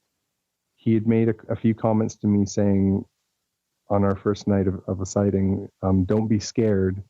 He said, they can sense it. I mean, I thought this was kind of strange, of course, but he said he'd taken friends in the past who were kind of terrified and they'd see nothing. And then the friend would go off into the bushes to the bathroom and he would see something. This implied that there's some kind of like a psychic connection or something. And I don't know how much I put into that, how much I believe in that. But I will say that I tried meditating a few times, and the times I did meditate, we did see something. So, I mean, I don't know how far open your mind has to be to believe that kind of stuff, but maybe there's something to it. Well, if you're Stephen Greer, yeah, exactly. Well, understand something here, that Stephen Greer is someone who is not one of our favorite people. No, okay. We don't see that any validity to his evidence. He's more in it, we think, to make money from having people pay large amounts for UFO skywatch. Right. Well, to get trained as an ambassador to the universe with him as our chief representative, I do think that there is a very large untapped potential in looking at the role of consciousness and the UFO phenomenon. Without question, there is a link. How that link can be manifested is still open to some interpretation, but nowhere near enough work has been done in that particular realm. And I do agree that there may be some sort of validity to being part of a co-creative process, shall we say, I think, for lack of a better definition. But there is a lot of work that needs to be done in that realm. I'm convinced. I agree. I mean, I tend to need the scientific stuff, the facts to look at.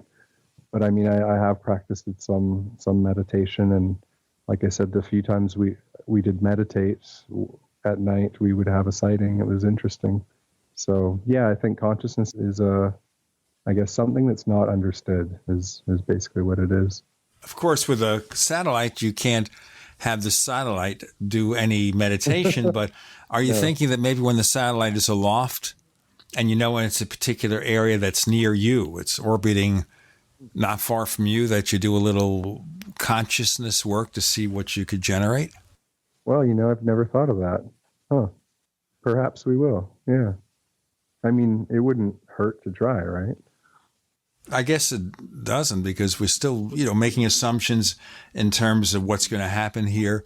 You have to hope that a UFO is going to be aloft in a low space area at the time that your satellite's in the exact place you need. I agree. And I tend to switch between the two mindsets of, I think we're going to find something, to, I don't think we're going to find something. And I kind of go back and forth. I mean, I've been writing the software and playing with the space station video, and my software is picking up anomalies and changes in the images, which is great.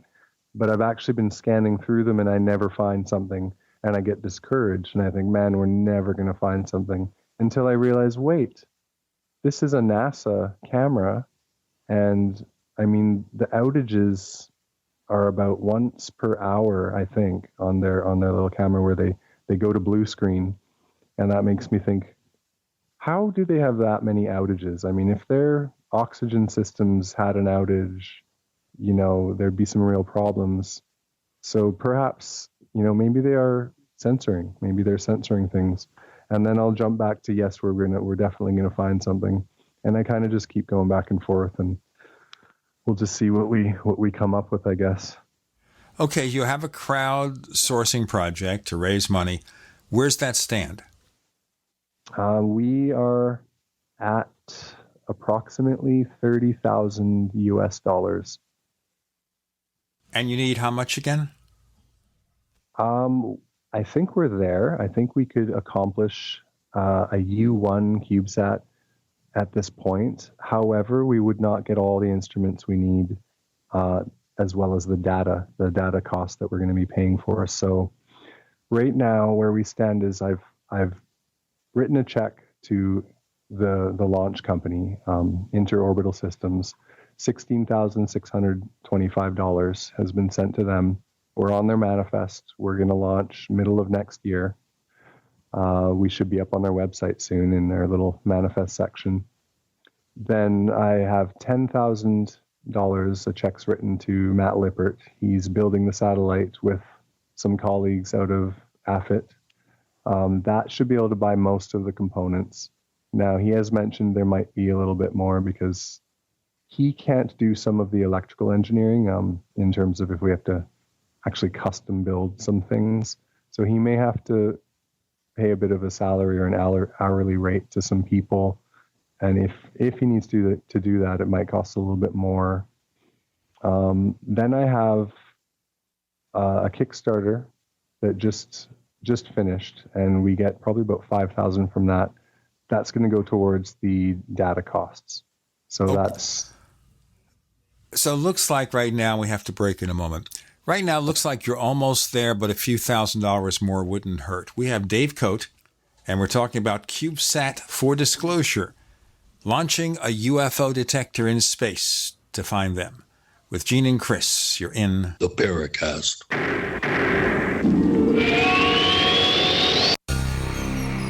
Thank you for listening to GCN.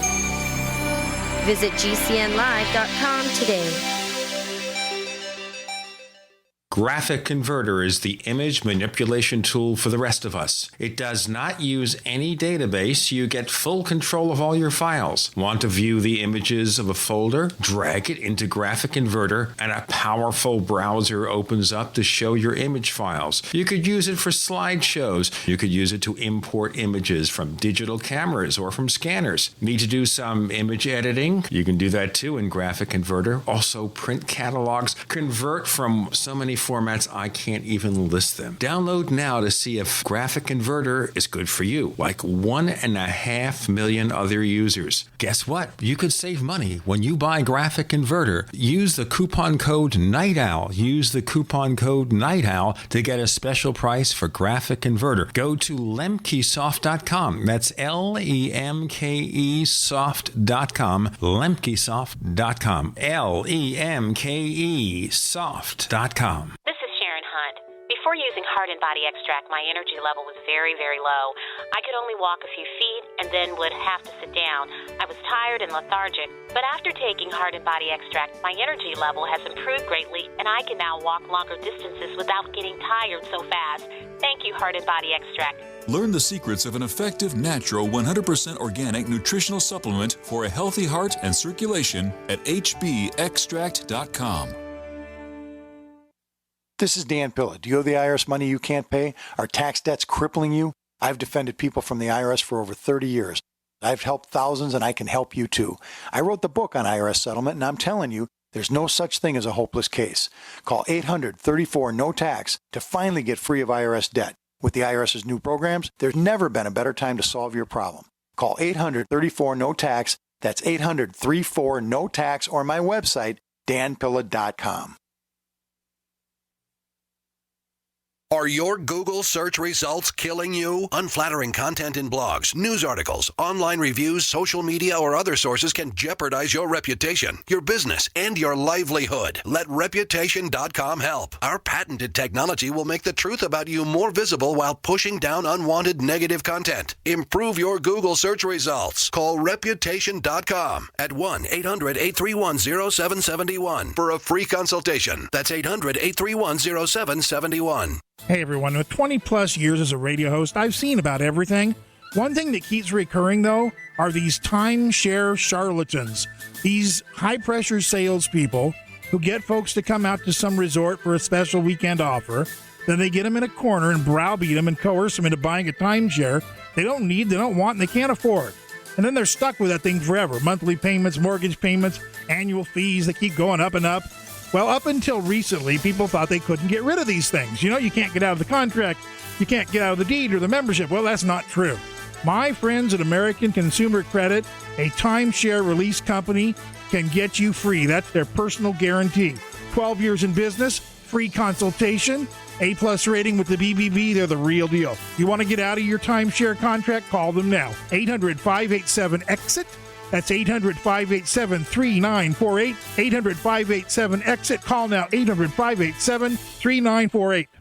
You haven't experienced yogurt until you've tried a Mossy, embodying health and flavor in a true whole milk, grain-fed dairy beverage. Every sip pays homage to our old world cows and the ancient culturing methods their milk benefits from. With over 30 probiotics, a Mossy's undeniably nutritious, refined, cultured sensation bolsters your health and awakens your passion for dairy. A Mossy's so good, and you need to try it. Contact your longevity distributor or call 877-878-4203 or go to gcnteam.com.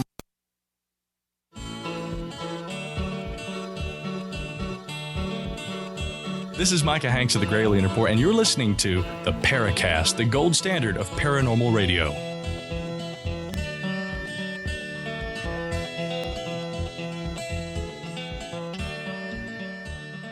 So let's continue with this now. I assume, therefore, that if people still want to get involved, maybe donate a few dollars or a tax refund or something, they can go to your Kickstarter campaign. Is that where they go? Actually, now we have it's an Indiegogo campaign. We had a Kickstarter, it completed. So we've started an Indiegogo campaign. We have a link, it's cubesat.tech, so cubesat.tech. That will always point to the current campaign that's running. And once the launch happens, it'll point to our website. It'll have all the images, etc. There's a chance we may keep the Indiegogo running for good. I mean, if it seems like there's a lot of interest in this, we could end up putting further donations towards another launch. So I guess we'll see. Like if this is successful and interesting enough, maybe it could be a yearly thing. Like every year we have a 3-month window of looking for phenomenon and keeping the website running and just see what we come up with. What's the batting average of this launching place in terms of getting satellites into orbit successfully? I think they have a perfect record. I mean, on their manifest and all their launches, they have made no mention of any failed launches. I think it's like they're quite secretive about their technology, and maybe they've had some failures that they don't mention publicly. But I think some of their secrecy comes from their efficiency. They found a way to launch these satellites like commercially. I mean, they're a private company, and so they want to hold to their secrets, tightly. Is there any guarantee at all, or is it done without a warranty of success? There's not a guarantee. So yeah, if a rocket exploded, we would lose everything. I guess that's just the way that has to go. Well, I wouldn't want to raise that possibility. Obviously, we all hope the thing does work. They've got a good record, and their technology seems pretty amazing, because I know there's a lot of other companies that are kind of vying for the same technology, which is, I mean, these are not rockets like SpaceX or like NASA where they're sending things deep space or, lunar or Mars mission.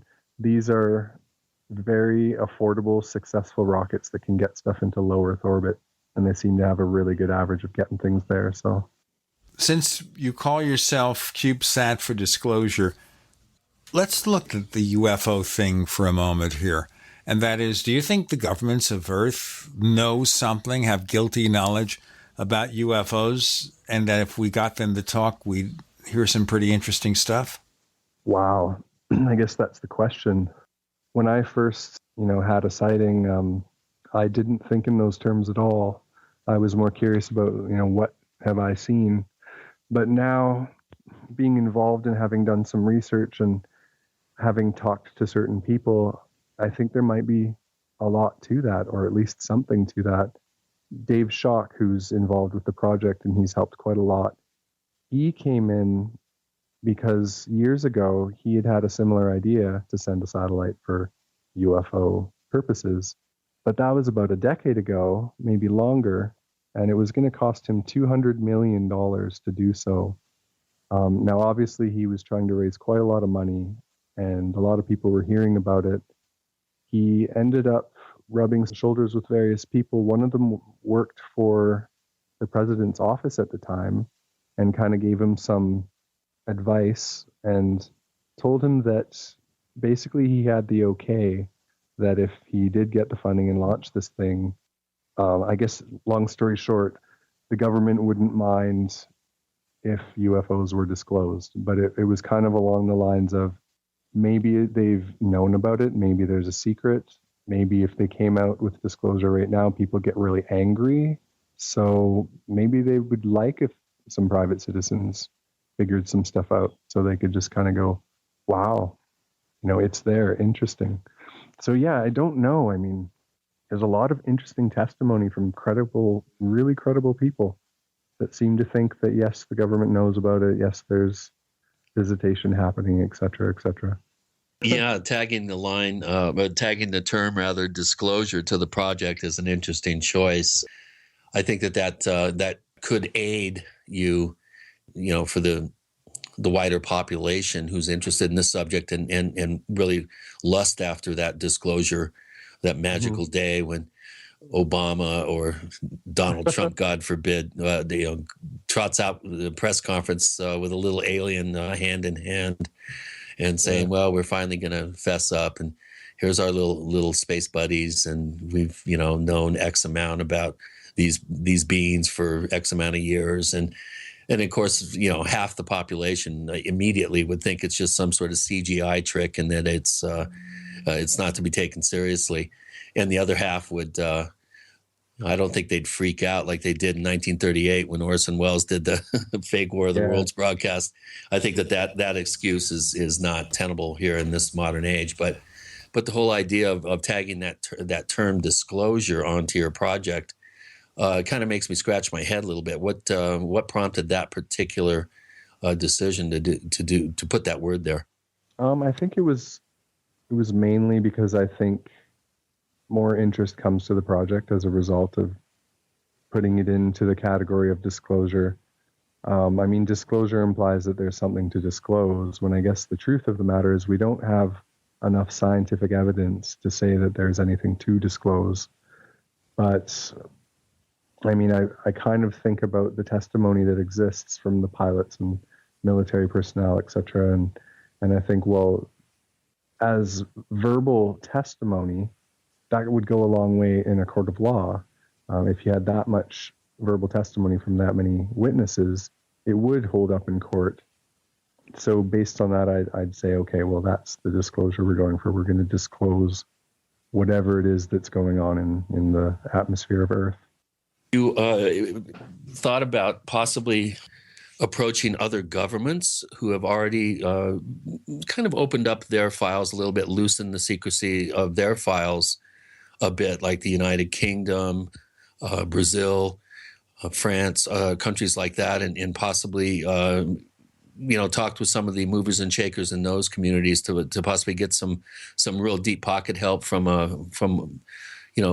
other governments, let's say, put a little more pressure on the U.S. With this.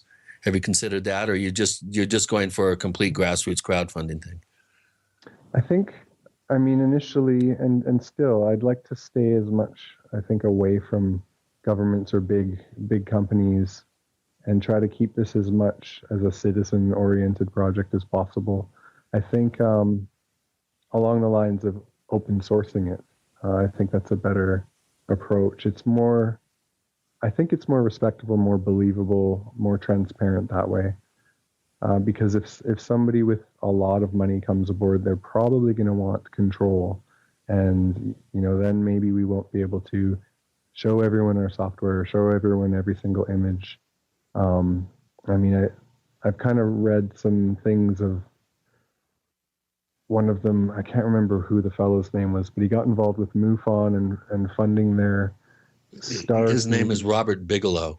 Right. And there was all this kind of conspiracy of, did he do this just as a means to get control of the information? And I mean, whether this is the case or isn't the case, it's like the questions start to arise once big money gets involved, and I don't really want that.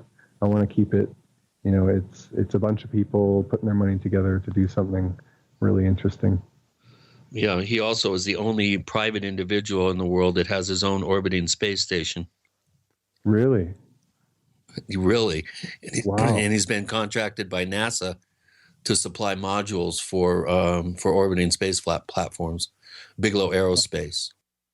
That's interesting. Did he have his space station before he was involved with MUFON? That's an interesting question. That is a good question, Gene. When did he launch Genesis 1? I will research it. Huh. Okay. I mean, I'm not one to jump on conspiracies, but I think, yeah, if deep pockets and big money or governments were to jump in and fund our project and give us like $1 million or $100 million, I think then a lot of questions would arise from people, and whether these questions were valid or not, I just think they would arise. No. Well, Lawrence Rockefeller funded me for 2 years, no strings attached. Wow. That is cool. So, there is hope. That is really cool. Wow. Before we break, Genesis 1 was launched on July 12th, 2006. That's quite a bit before the connection to MUFON. We've got Dave Cote joining Gene and Chris. You're in the Paracast.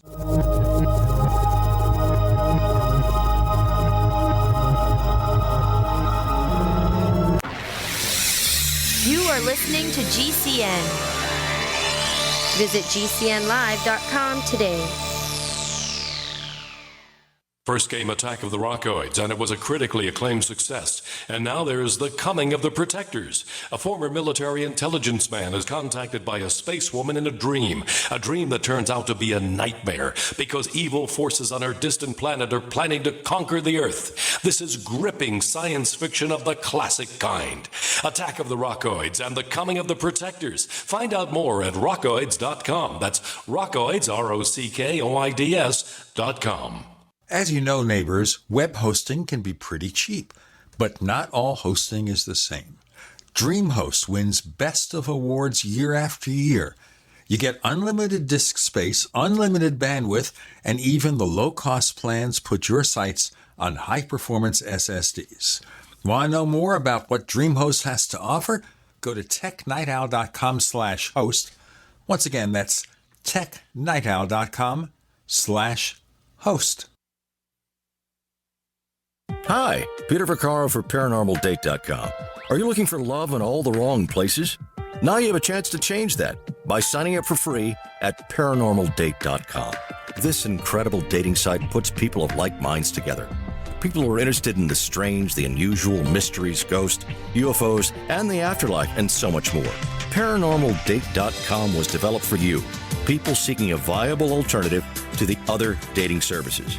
You can join for free by going to ParanormalDate.com, and if you decide you like it and want to connect with people, use the code GEORGE for a substantial discount. Mark Rawlings, president of ParanormalDate.com, says so many people hunger to share their experiences about the paranormal, the unexplainable, or the afterlife, and so much more, and this is the source for them to meet and share that common interest. So sign up for free at ParanormalDate.com, ParanormalDate.com, and use the code GEORGE if you decide to connect with someone you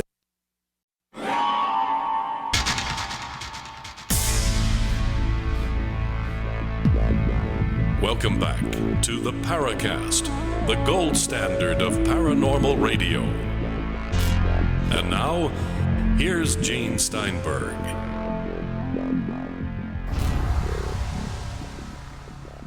So isn't that interesting? If we're looking for anniversaries, Genesis 1 from Bigelow Aerospace launched in 2006 on July 12th.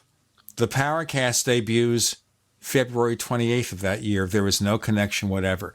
Genesis 2 was launched in 2007. Very cool. We really like to educate our guests when they come on the show. Yeah, no, that's very cool. The topics we're touching upon, there's so much information. There's the UFO subject, there's all the different government questions, there's, now we're on to this Bigelow fellow and MUFON, and then there's the science, there's the CubeSat, there's all the different aspects of the camera and what we're measuring. So there's a lot of fields kind of being clumped together here. I think it's really interesting. Have you gotten any response from the Canadian government about your effort? Has there been any sort of dialogue there? I'd be interested to know what your mother country there would officially have to say about an effort like that.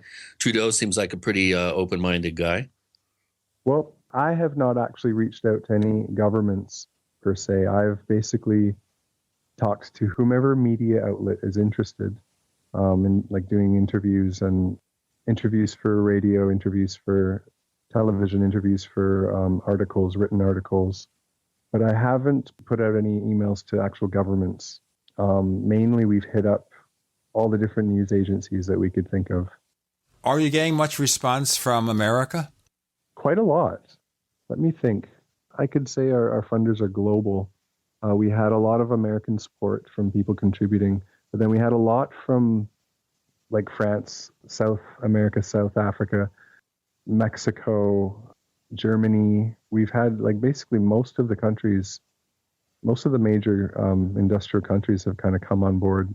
But this is citizens, of course, not governments. What about news media? News media, it's been pretty good. As for mainstream, we've only had one. It was based out of Ontario, CHCH News. They wanted to do a Skype interview, a video interview, and they actually aired it on Canadian national television, which was very cool. Then we had the Province newspaper, which is our actual local newspaper here in Vancouver. They did an article on us. I think they were the two only real like mainstream news companies that got involved. And strangely, right after CHCH aired our interview, they claimed bankruptcy. And I'm really hoping there was no connection there. Well, strange things happen with UFOs. What about detractors? Have you had any people say, hey, this is nonsense. What are you doing? You're wasting money. What? Not really. We've had some questions of the technical capabilities. I've had a few people comment that there's no way I can pull this off because of the various testing that has to happen, like the vibration testing and hardening everything to radiation. And I happen to be very lucky that Matt Lippert came on, and he actually has access to the facilities to do these tests, and it's not going to cost us anything. So that's really cool. That's the main thing. And then, of course, some people are just skeptical that we'll find anything because some people don't think anything exists out there. Well, you don't know unless you try. In terms of the amount of money you're spending, it's chump change. I mean, if you can get somebody like a Donald Trump to say, here's $1 million, why don't you launch a bunch of satellites? I mean, wow, that would be crazy. But a dude like that, he's going to want some control. Exactly, yeah. I mean, my thoughts are basically that anytime something that humans come across that is strange or interesting, we study it. It's kind of just what we do. We figure out what's going on and we study it, whether it be a particle decayed in a funny manner. We want to know why. Why did it decay that way? Why didn't it fit the models we currently have, etc.? And we spend, human beings spend hundreds of billions of dollars studying things. So what's funny about the possible extraterrestrial phenomenon is that you get all these people saying they're witness to something strange, they're witness to a sighting. You get pilots, you get some credible people like the Canadian ex-minister of defense. He says he has knowledge that Earth has been visited. So basically, you have all these people who've seen things and something weird's happening, and yet it hasn't been scientifically probed. And I think that it should be. Now, one thing occurred to me just as I was thinking here.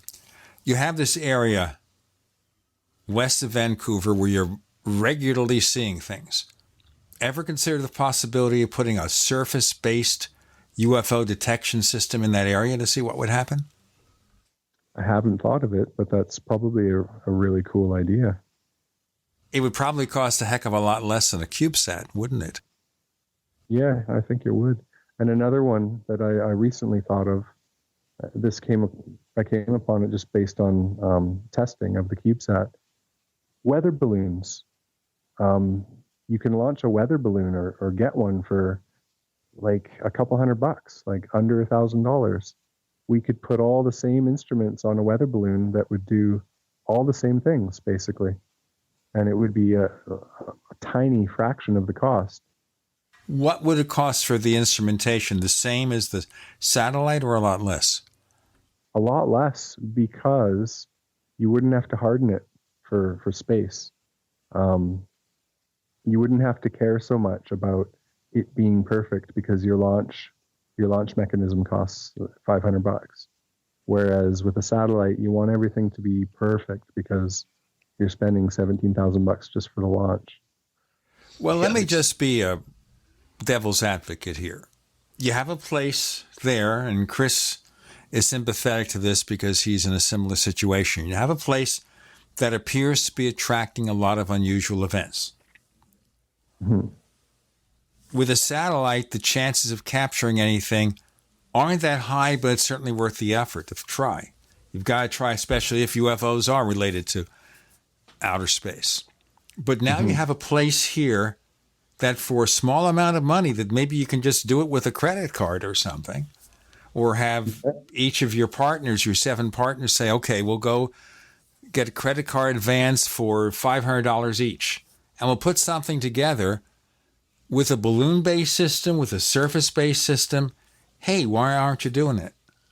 That's a good idea. I mean, I hadn't thought of it prior to this. One reason that kind of drove my interest in a satellite was that if you came across something that was in the atmosphere, you would likely, like if you're close enough to get it visually, you're also going to be close enough to get some electromagnetic measurements. You're also going to be close enough to get some possible radiation measurements. So that's why I think it was a good idea to build a satellite that's got all the things condensed into one. I think a ground operation is a great idea. It may be difficult. I don't know about measuring the electromagnetic, depending if you get something visual.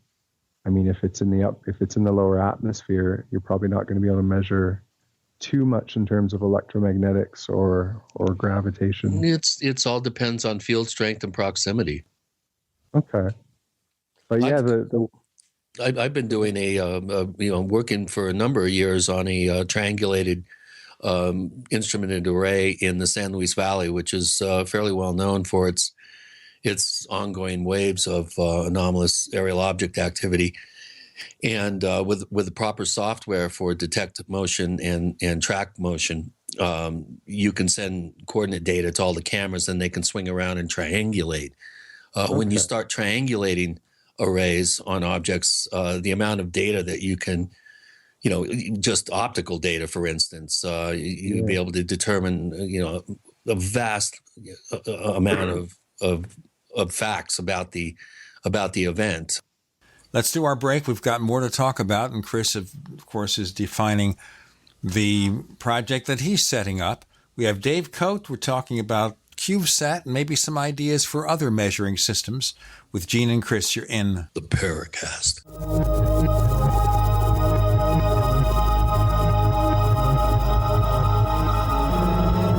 If you're fascinated by UFOs, ancient aliens, archaeological mysteries, ghost hunting, Atlantis, and any other paranormal topic as we are, be sure to check out apmagazine.info each month. Since 1985, it has presented the latest research by top researchers like Andrew Collins, Brad Steiger, and many others, and contains interviews with such leading personalities as Jacques Vallée.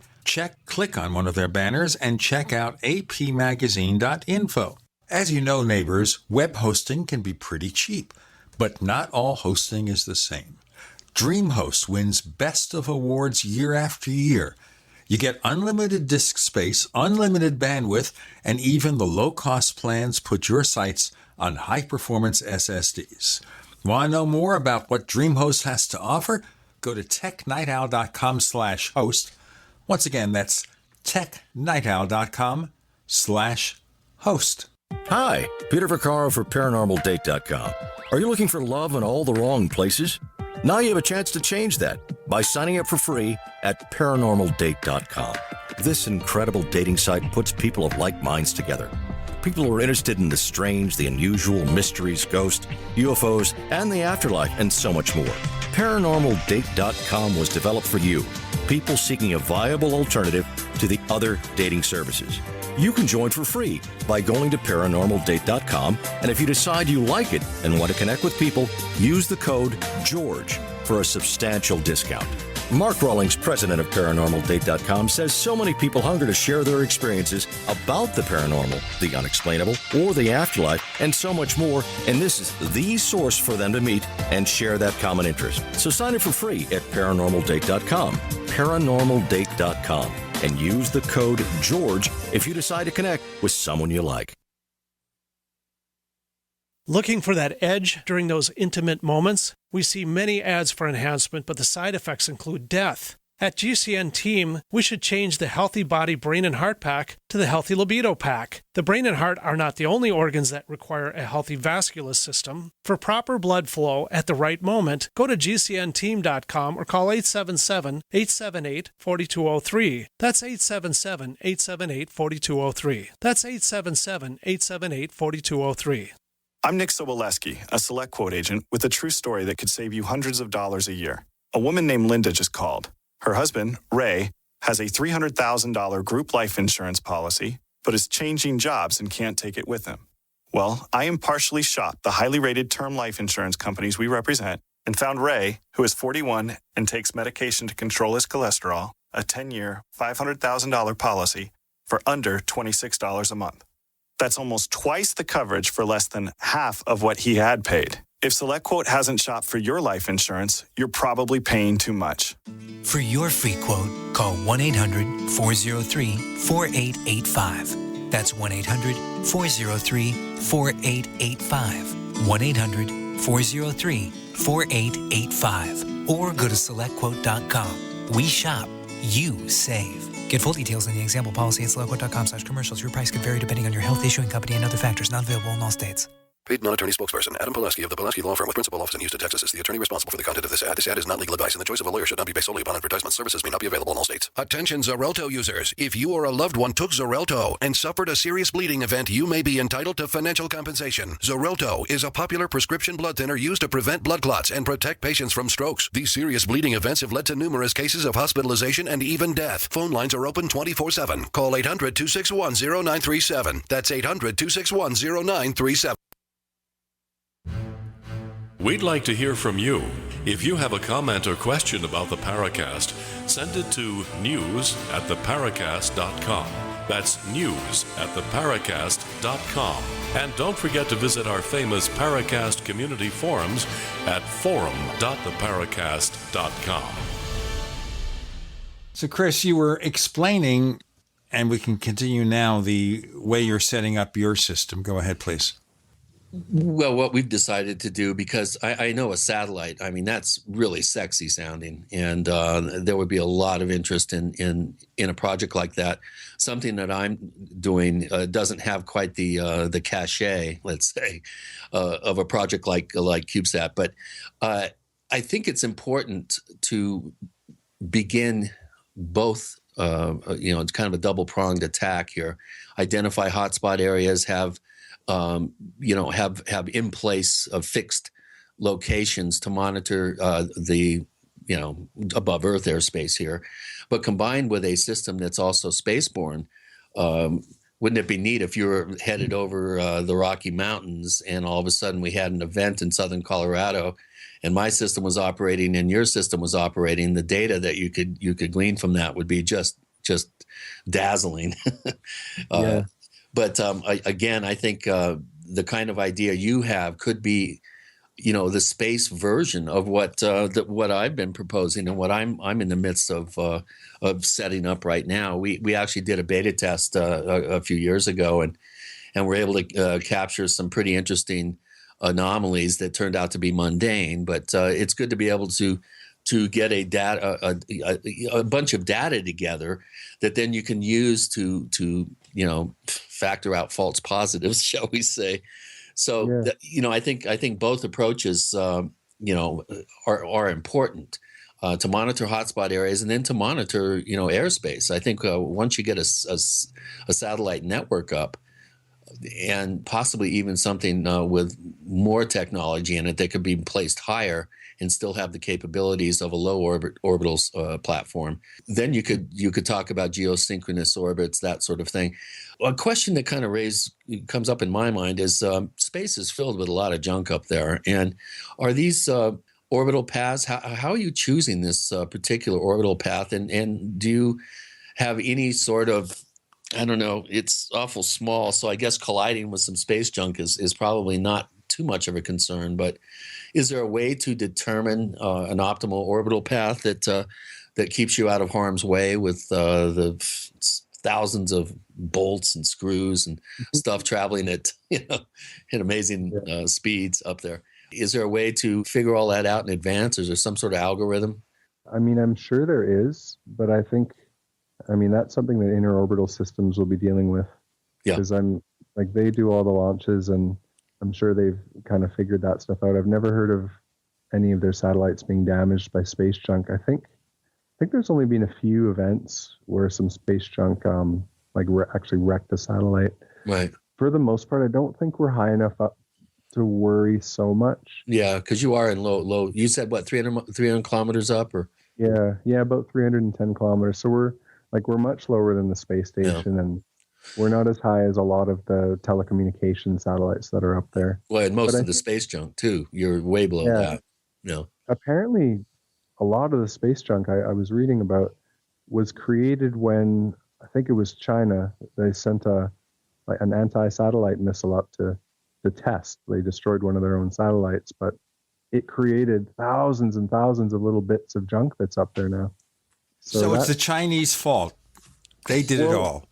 It was a test, and I'm sure a lot of countries have screwed things up with tests, but yeah, it's kind of terrible. Yeah.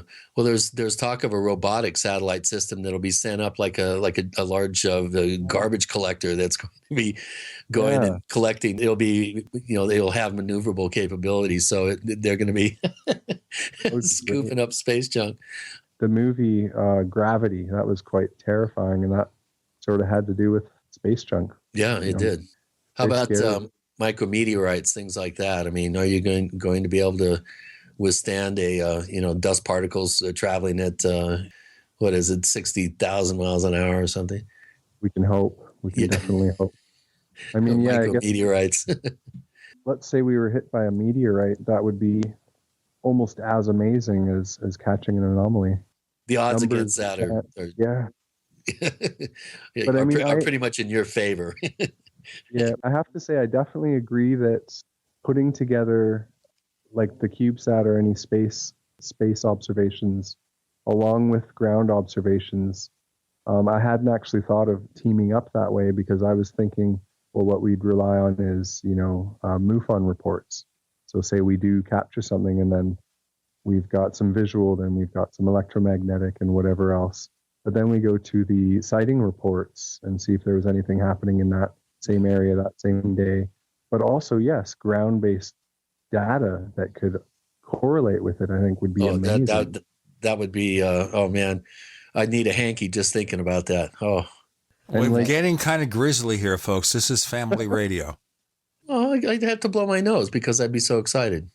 If we could do a first project that was successful and show people that, for not so much money, you could put these things up, be it a ground station, a CubeSat, weather balloon, whatever. But if more people interested in the topic would start doing it, we could do it globally. I mean, our coverage would increase 1,000-fold. Yeah, I'll say. Now, I'm going to ask you a quick question here, too. All right, so say you want to adapt your CubeSat project to a surface system, a balloon-based system. All right. How long do you think it would take you to do that? And would it cause you to sacrifice the work you're doing on the satellite? I don't think so. I haven't done any research on the balloons. That recently got into my brain, just talking of testing and then realizing, oh my goodness, these balloons exist. I don't even know what the rules are around launching them. There's probably some kind of rules in terms of where you launch it, how long it's allowed to be up, etc. Just make sure it doesn't crash at Roswell. Yeah, exactly. And I have an idea for you for funding. Yeah. Since you're going to have a live feed on the internet, why not sell advertising to have a logo in the lower right-hand corner of Dow Chemical or Monsanto or, some big pocket corporation, and just say, hey, how would you like to have your logo on the only spaceborne UFO detection system on the feed? Yeah, that's probably a great idea. I mean, no, it is a great idea. You're welcome. Thank you. Send Chris a check for this. He could use it to pay for the San Luis Valley project. I'll take a 10% finder's fee for the idea. The other idea might be here. You said this will be open source, which means that anybody could get the software. Yeah, they can download the software and everything.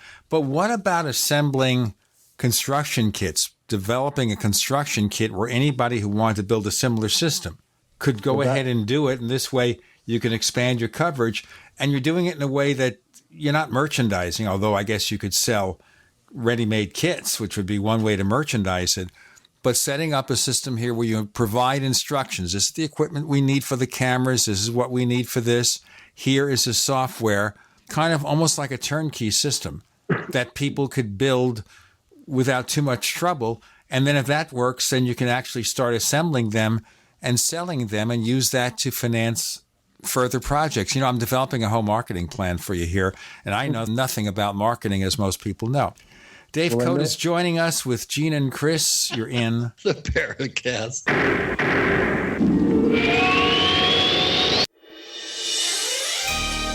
Thank you for listening to GCN. Be sure to visit GCNlive.com today. This is Dan Pilla. Do you owe the IRS money you can't pay? Are tax debts crippling you? I've defended people from the IRS for over 30 years. I've helped thousands, and I can help you too. I wrote the book on IRS settlement, and I'm telling you, there's no such thing as a hopeless case. Call 800-34-NO-TAX to finally get free of IRS debt. With the IRS's new programs, there's never been a better time to solve your problem. Call 800-34-NO-TAX. That's 800-34-NO-TAX, or my website, danpilla.com.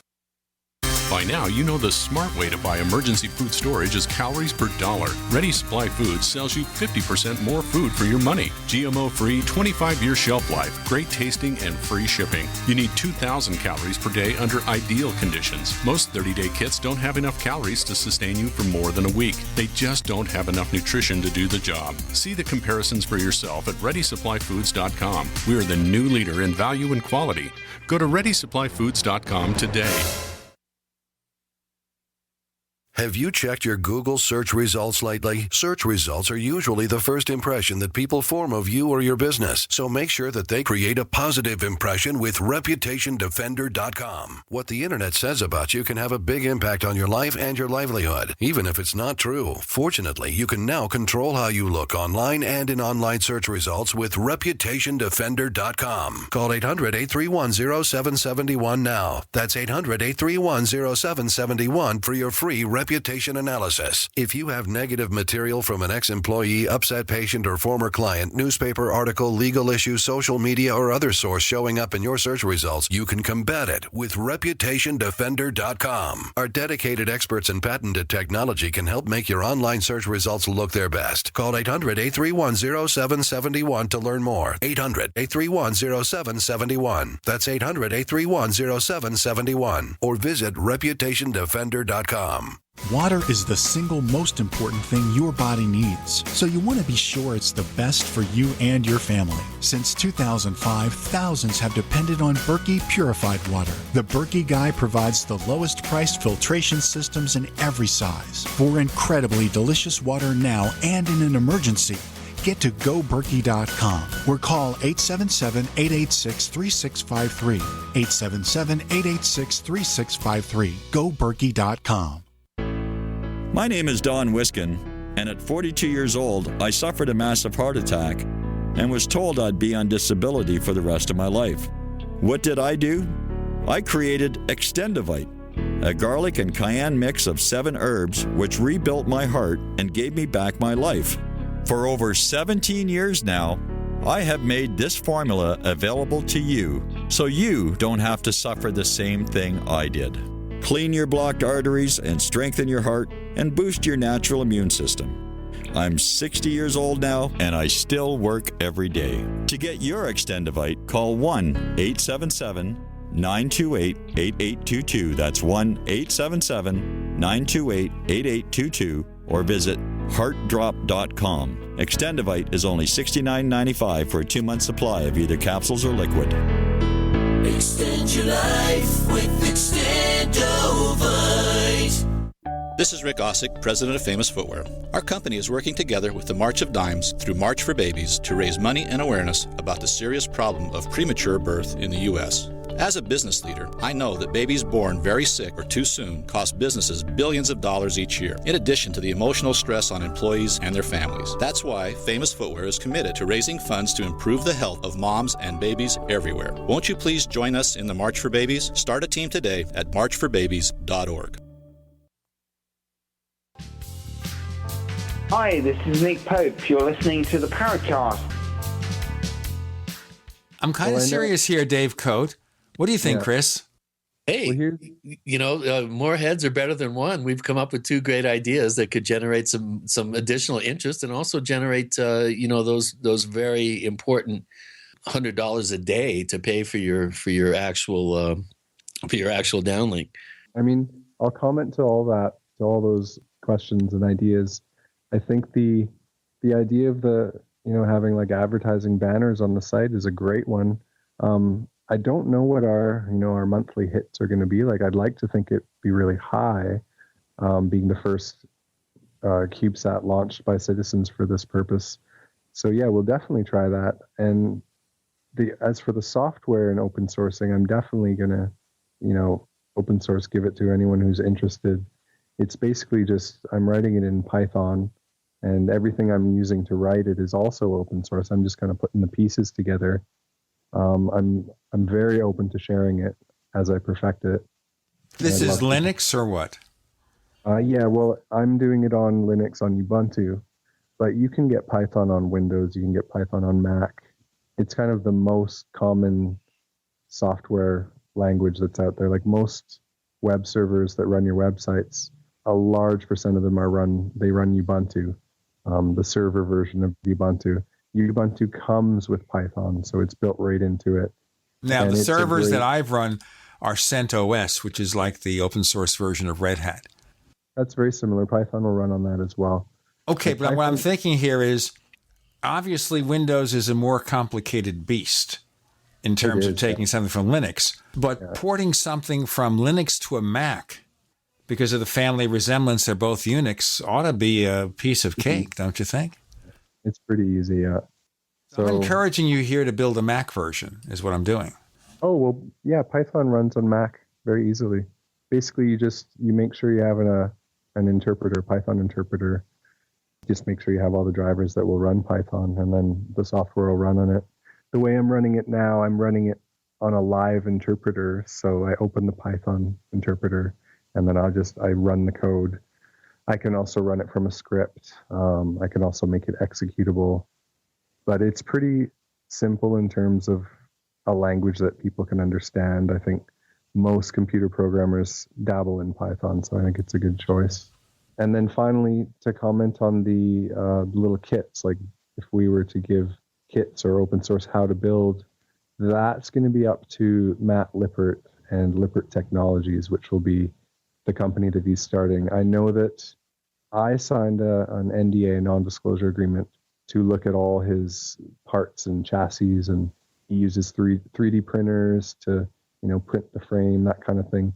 I don't know how open he wants to be, because he's actually going to be starting a CubeSat company.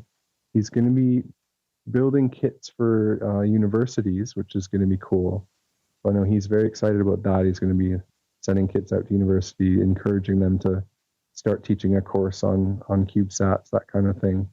I will definitely put out there as much as I can in terms of how to build your own CubeSat. Okay, but I'm not just thinking of CubeSat. I'm thinking of detection systems for surface placement and for balloon placement. That at least may not infringe on whatever he wants to do. So if he wants to keep that proprietary, that's fine. But you could still adapt it to surface and balloon use. That's a great idea. Yeah. I say we should do that. Chris, we ought to get something started here, I think. Well, I'm definitely going to be getting your contact information after we're done taping here because, boy, I'll tell you, we have a team of postdoc students in Italy that have been scratching their heads. They've come up with good software for nighttime use, but the real obviously the best data is going to be gathered during the daylight hours, and we're having problem with ground clutter and other things. And Douglas Trumbull, who of course is the special effects whiz that did the special effects for Close Encounters and 2001, Blade Runner, blah blah blah. I had the pleasure and honor of meeting him some weeks ago at the International UFO Congress, and I made the comment, boy, I sure wish we could get a hold of some of that military targeting software. And he goes, oh, it's not as hard as you think.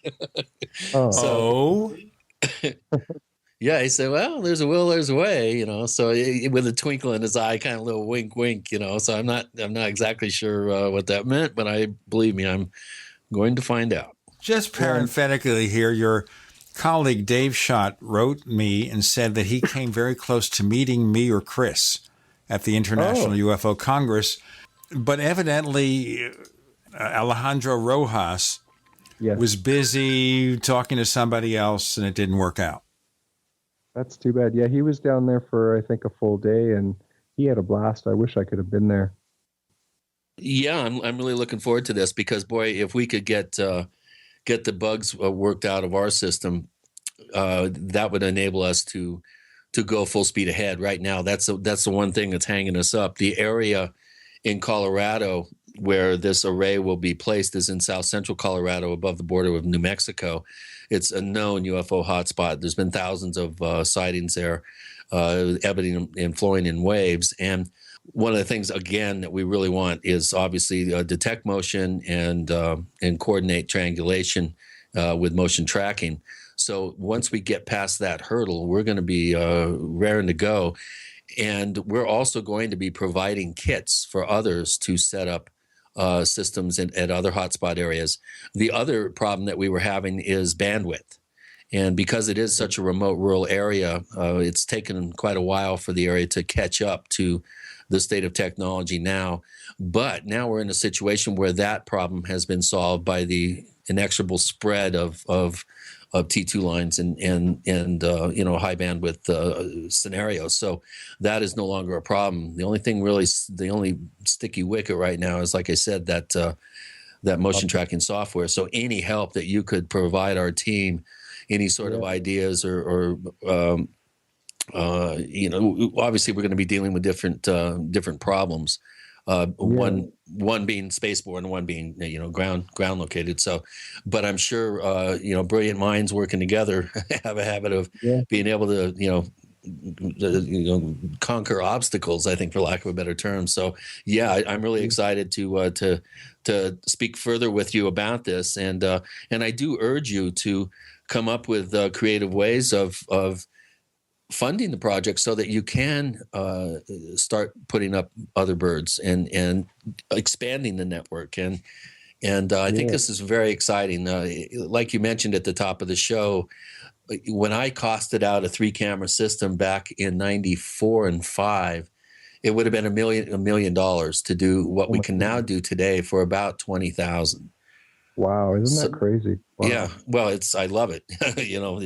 It's a 20 plus year vision that we're almost at the point of actualizing, and I think the idea of having some advertising on the site. You could approach the companies that are supplying your optics, companies that are supplying the constituent parts basically, and then other people like MUFON, get them to pony up some dough and I think there's all sorts of marketing potential for companies out there to have such a high visibility project, as an advertising and marketing vehicle, and we live in a capitalist system, so why not take advantage of it? One thing I want to say though, Chris, before we go on, getting MUFON to contribute anything other than maybe some coverage to the event is easier said than done. That's true. They don't normally do things like that. They had considered possibly putting a little bit of a donate thing in regards to our project, but I think their budget is kind of thin. I don't think they have a lot of money. I think they rely on, raising funds through their own site for themselves. So that's probably why. But yeah, I think for coverage, they could be really good, like getting the word out. I mean, their newsletter that goes out to all the subscribers, including Dan Aykroyd, I think that's great.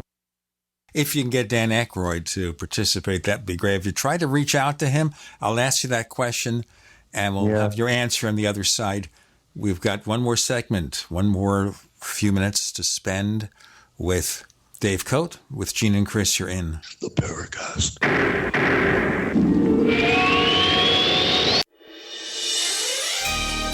Thank you for listening to GCN. Be sure to visit GCNlive.com today. Graphic Converter is the image manipulation tool for the rest of us. It does not use any database. You get full control of all your files. Want to view the images of a folder? Drag it into Graphic Converter, and a powerful browser opens up to show your image files. You could use it for slideshows. You could use it to import images from digital cameras or from scanners. Need to do some image editing? You can do that too in Graphic Converter. Also print catalogs. Convert from so many formats I can't even list them. Download now to see if Graphic Converter is good for you, like 1.5 million other users. Guess what? You could save money when you buy Graphic Converter. Use the coupon code NIGHTOWL. Use the coupon code NIGHTOWL to get a special price for Graphic Converter. Go to lemkesoft.com. That's LEMKEsoft.com. lemkesoft.com. LEMKEsoft.com. Are your Google search results killing you? Unflattering content in blogs, news articles, online reviews, social media, or other sources can jeopardize your reputation, your business, and your livelihood. Let Reputation.com help. Our patented technology will make the truth about you more visible while pushing down unwanted negative content. Improve your Google search results. Call Reputation.com at 1-800-831-0771 for a free consultation. That's 800-831-0771. Serious investors and traders want to make 81% return in 60 seconds? Use the same secret algorithm professional hedge fund managers use to make billions of dollars of profits. Turn $250 into $4,903 in just 7 clicks of a mouse. Our tool is so simple that my 82-year-old grandmother can use it to make insane stock market profits. Go to BigBuckRiches.com. Watch the free video before the hedge funds make us take it down. Go to BigBuckRiches.com. From the Robert Allen System, current returns not indicative of future results. This is Sharon Hunt. Before using Heart and Body Extract, my energy level was very, very low. I could only walk a few feet and then would have to sit down. I was tired and lethargic. But after taking Heart and Body Extract, my energy level has improved greatly, and I can now walk longer distances without getting tired so fast. Thank you, Heart and Body Extract. Learn the secrets of an effective, natural, 100% organic nutritional supplement for a healthy heart and circulation at hbextract.com. Are you worried about your mom or dad living alone in their house? Hi, I'm Joan London. Listen, I know how difficult it is to find senior care for someone you love. That's why I recommend a free service called A Place for Mom. They are the nation's largest senior living referral service. Call A Place for Mom today. To receive free information on senior living communities in your area, call A Place for Mom at 1-800-704-6182. A Place for Mom offers free one-on-one advice from local advisors and a personalized list of senior living communities you can visit. If you have questions about senior care for your mom or dad, there's a place for answers, A Place for Mom. Call A Place for Mom in the next 10 minutes to get your free ebook on financing senior care as well as free information on senior living communities in your area. Call 1-800-704-6182. That's 1-800-704-6182. Owe $10,000 or more to the IRS? Get on board with the Tax Admiral. Don't take on the IRS alone. I'll cut penalties and reduce your overall tax bill. Sometimes I can even get it zeroed out completely. We're an A-rated company helping people clean up their mess with the IRS. If you owe $10,000 or more, then call the Tax Admiral. Call 800-287-7180. Again, that's 800-287-7180. 800-287-7180.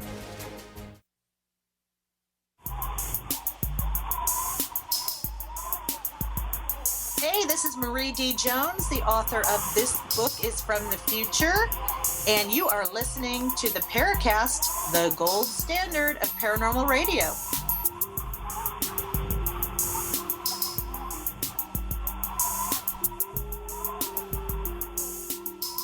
So Dave Cote, with regard to CubeSat, and we know Dan Aykroyd is a paying member, lifetime member of MUFON, and he's got plenty of money. Have you tried to reach out to him directly to see if he'd be willing to provide some assistance? I have. It's very hard to get a hold of celebrities now. It's not that they're not interested, it's that too many people try to contact them. And working in film, I had to kind of learn how to get a hold of people, and sometimes you'll go through an agent for like a large actor and you'll have to pay a fee just to get a meeting with them, or you'll have to have a guaranteed amount if you're going to book them for a role. So I think they weed out the people that want to swarm them, the paparazzi, that kind of thing. What I did is I found an email for Dan Aykroyd has a wine company that he started, and I sent an email through the wine company website hoping that it could get to him. I also tried Twitter. I've tried various people through Twitter, but I haven't had too much of a response with that. So I'm sure they get thousands of tweets from people every day. And yeah, it's difficult. Well, Crystal had vodka. Yeah, exactly. Yeah, he spoke down in Phoenix about 3 or 4 years ago at a book signing. He does pop up from time to time here and there. But the guy's, obviously got deep pockets. I mean, just his syndicated Elwood's Bluesmobile. I mean, God, he must have a steady source of weekly income just from that, from Red Wing Boots and some of the advertisers that are real faithful on that program. So, I mean, if there's a will, there's a way. The best way to get to these people is to find somebody that's close to them, who would be easier to approach and get to them. And to interest Dan Aykroyd in something like this, I think is a no-brainer. I think if you put out some sort of message through Jan Harzen at MUFON, or, if you take a side channel, back channel to get to him. And I think I wouldn't be surprised if he would be very, very supportive. Yeah, and I'm hoping so. I mean, so yes, we've talked to Jan at MUFON. He was supportive of our project, and it has helped to include us in an article on their site.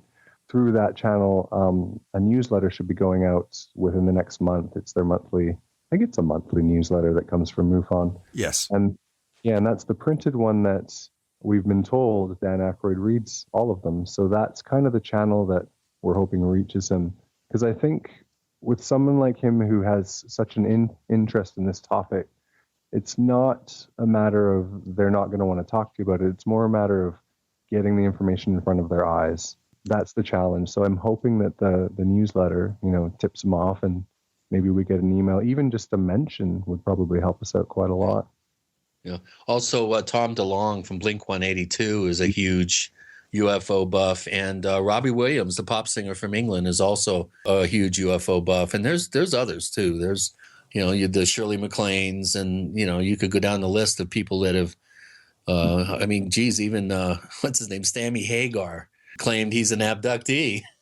Really? Oh, wow. And he's got some serious dough. And Rihanna apparently hired someone to be down close to Area 51 and report to her any sightings he has, any interesting news. Right. So that's Katy Perry. Yeah, and Bieber apparently is a UFO nut as well. Well, I'd stay away from that one, but... Who? Beaver? Oh, Justin Bieber. I think we should send him in orbit. You never know. Yeah. Isn't he a small guy? Maybe it wouldn't take much. Maybe. Yeah. I would love to launch him into low Earth orbit and then have a big party watching him re-enter. Oh, dear. Let's not get violent, because people will then say, you know what, we could do that to Donald Trump. Well, you brought it up. What is the lifespan? 3 months, you said? 3 months. If say we get a huge, crazy solar month, it could lower it to 2 months. But technically, it could go longer. 4 or 5 months. Oh, that's great. It depends on space weather is the major factor. I think we're in a peak right now, so we're in one of the busier areas. Right. So we're probably looking at 3 months. Yeah, we're going out of a solar 11-year solar peak year. I think it came early this time. Yeah. So hopefully by next year, it'll have died down enough so that we get, at least our 3 months. That would be nice. Yeah. The other thing I would really urge you is to get somebody to help bring the team up to speed about the subject of ufology. I think it's important once you get closer to launch date. It's important to be really knowledgeable about the subject, obviously, and I'm sure you're scrambling to get up to speed. But if you need any help in that regard, the Paracast is a perfect place to pick some brains. We have some very, very brilliant people on our forums, people way smarter than me, and I know a lot about the subject. And I think it's important because you're going to have to come from a place of authority, obviously, once the media attention starts. You'll if you're able to reference particular cases, able to reference data, like Peter Davenport from the National UFO Reporting Center has how many events has he logged? I think he logs about 30,000 a year. Is that what he said? Wow. Not a year, but he logs quite a few. Or he's logged just tens and tens of thousands of reports. And of course, MUFON. I really urge you to contact Brian Vike, just because you're in British Columbia as he is, yeah. And he's a really good person to dovetail your local efforts there. And I think it's important to come across as knowledgeable and as healthily skeptical as you can. That's important because once people tag the true believer tag on you, science and academia has a hard time reconciling that particular tag on an individual or an organization. So you're getting into the realm of politics here, and to be as fully up to speed as humanly possible, obviously, is going to work to your advantage. Yeah, definitely. And I would love to exchange information over email in the future and pick your guys' brain and share on our software updates and any ideas I might have to help you out on your projects. That would be excellent. Thank you. There's a lot of stuff. Like I have a drone that I got for Christmas as a present from my fiance. It's just one of those little drones that flies around. You control it with a smartphone. And I've been playing with getting it to fly by itself. And to do this, it needs object recognition from a single monocular camera. It is able to see a red ball, and then you move the red ball around and it'll follow it. So I think that's right along the lines of what you're looking for. I didn't write the software, but it is open source. And yeah, I'd love to just send you everything I know on that, because that would be, it could be that one just little answer to a problem that would get us over the hurdle. We've been working about 9-10 months on it. They were paid somewhat, but obviously the amount of work that's going into it is not going to even come close to covering it. So thank you very much for being on the show, and look forward to communicating more.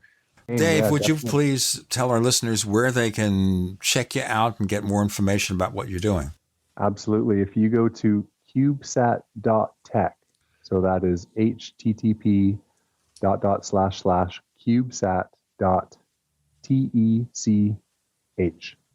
CubeSat.tech. And that will take you to the latest fundraising for the CubeSat project. You can find us on Twitter if you look for the Paracast. On Facebook, we've got a pair of Paracast fan clubs. One's a group, one's a community or something like that, but they work. We also have a second radio show and a special feature called Paracast Plus. So we present after the Paracast, which consists of color commentary, extended interviews, all sorts of things. It's available as an exclusive feature of the Paracast Plus. Go to plus.theparacast.com. Let me tell you what the deal is. It's a modest monthly, annual, 5-year, or lifetime subscription rate. It gets you the ad-free version of this show where we kill 41 minutes of those network ads. We give you slightly better audio quality. We give you after the Paracast. We're adding video. We're adding a special channel that's going to be the classic earliest episode of the Paracast, cleaned up to sound better, without ads, show transcripts. What else can you ask for? Go to plus.theparacast.com, plus.theparacast.com. Dave Cote, it's been a fascinating session. Thank you, sir, for joining us on the Paracast. Thank you very much.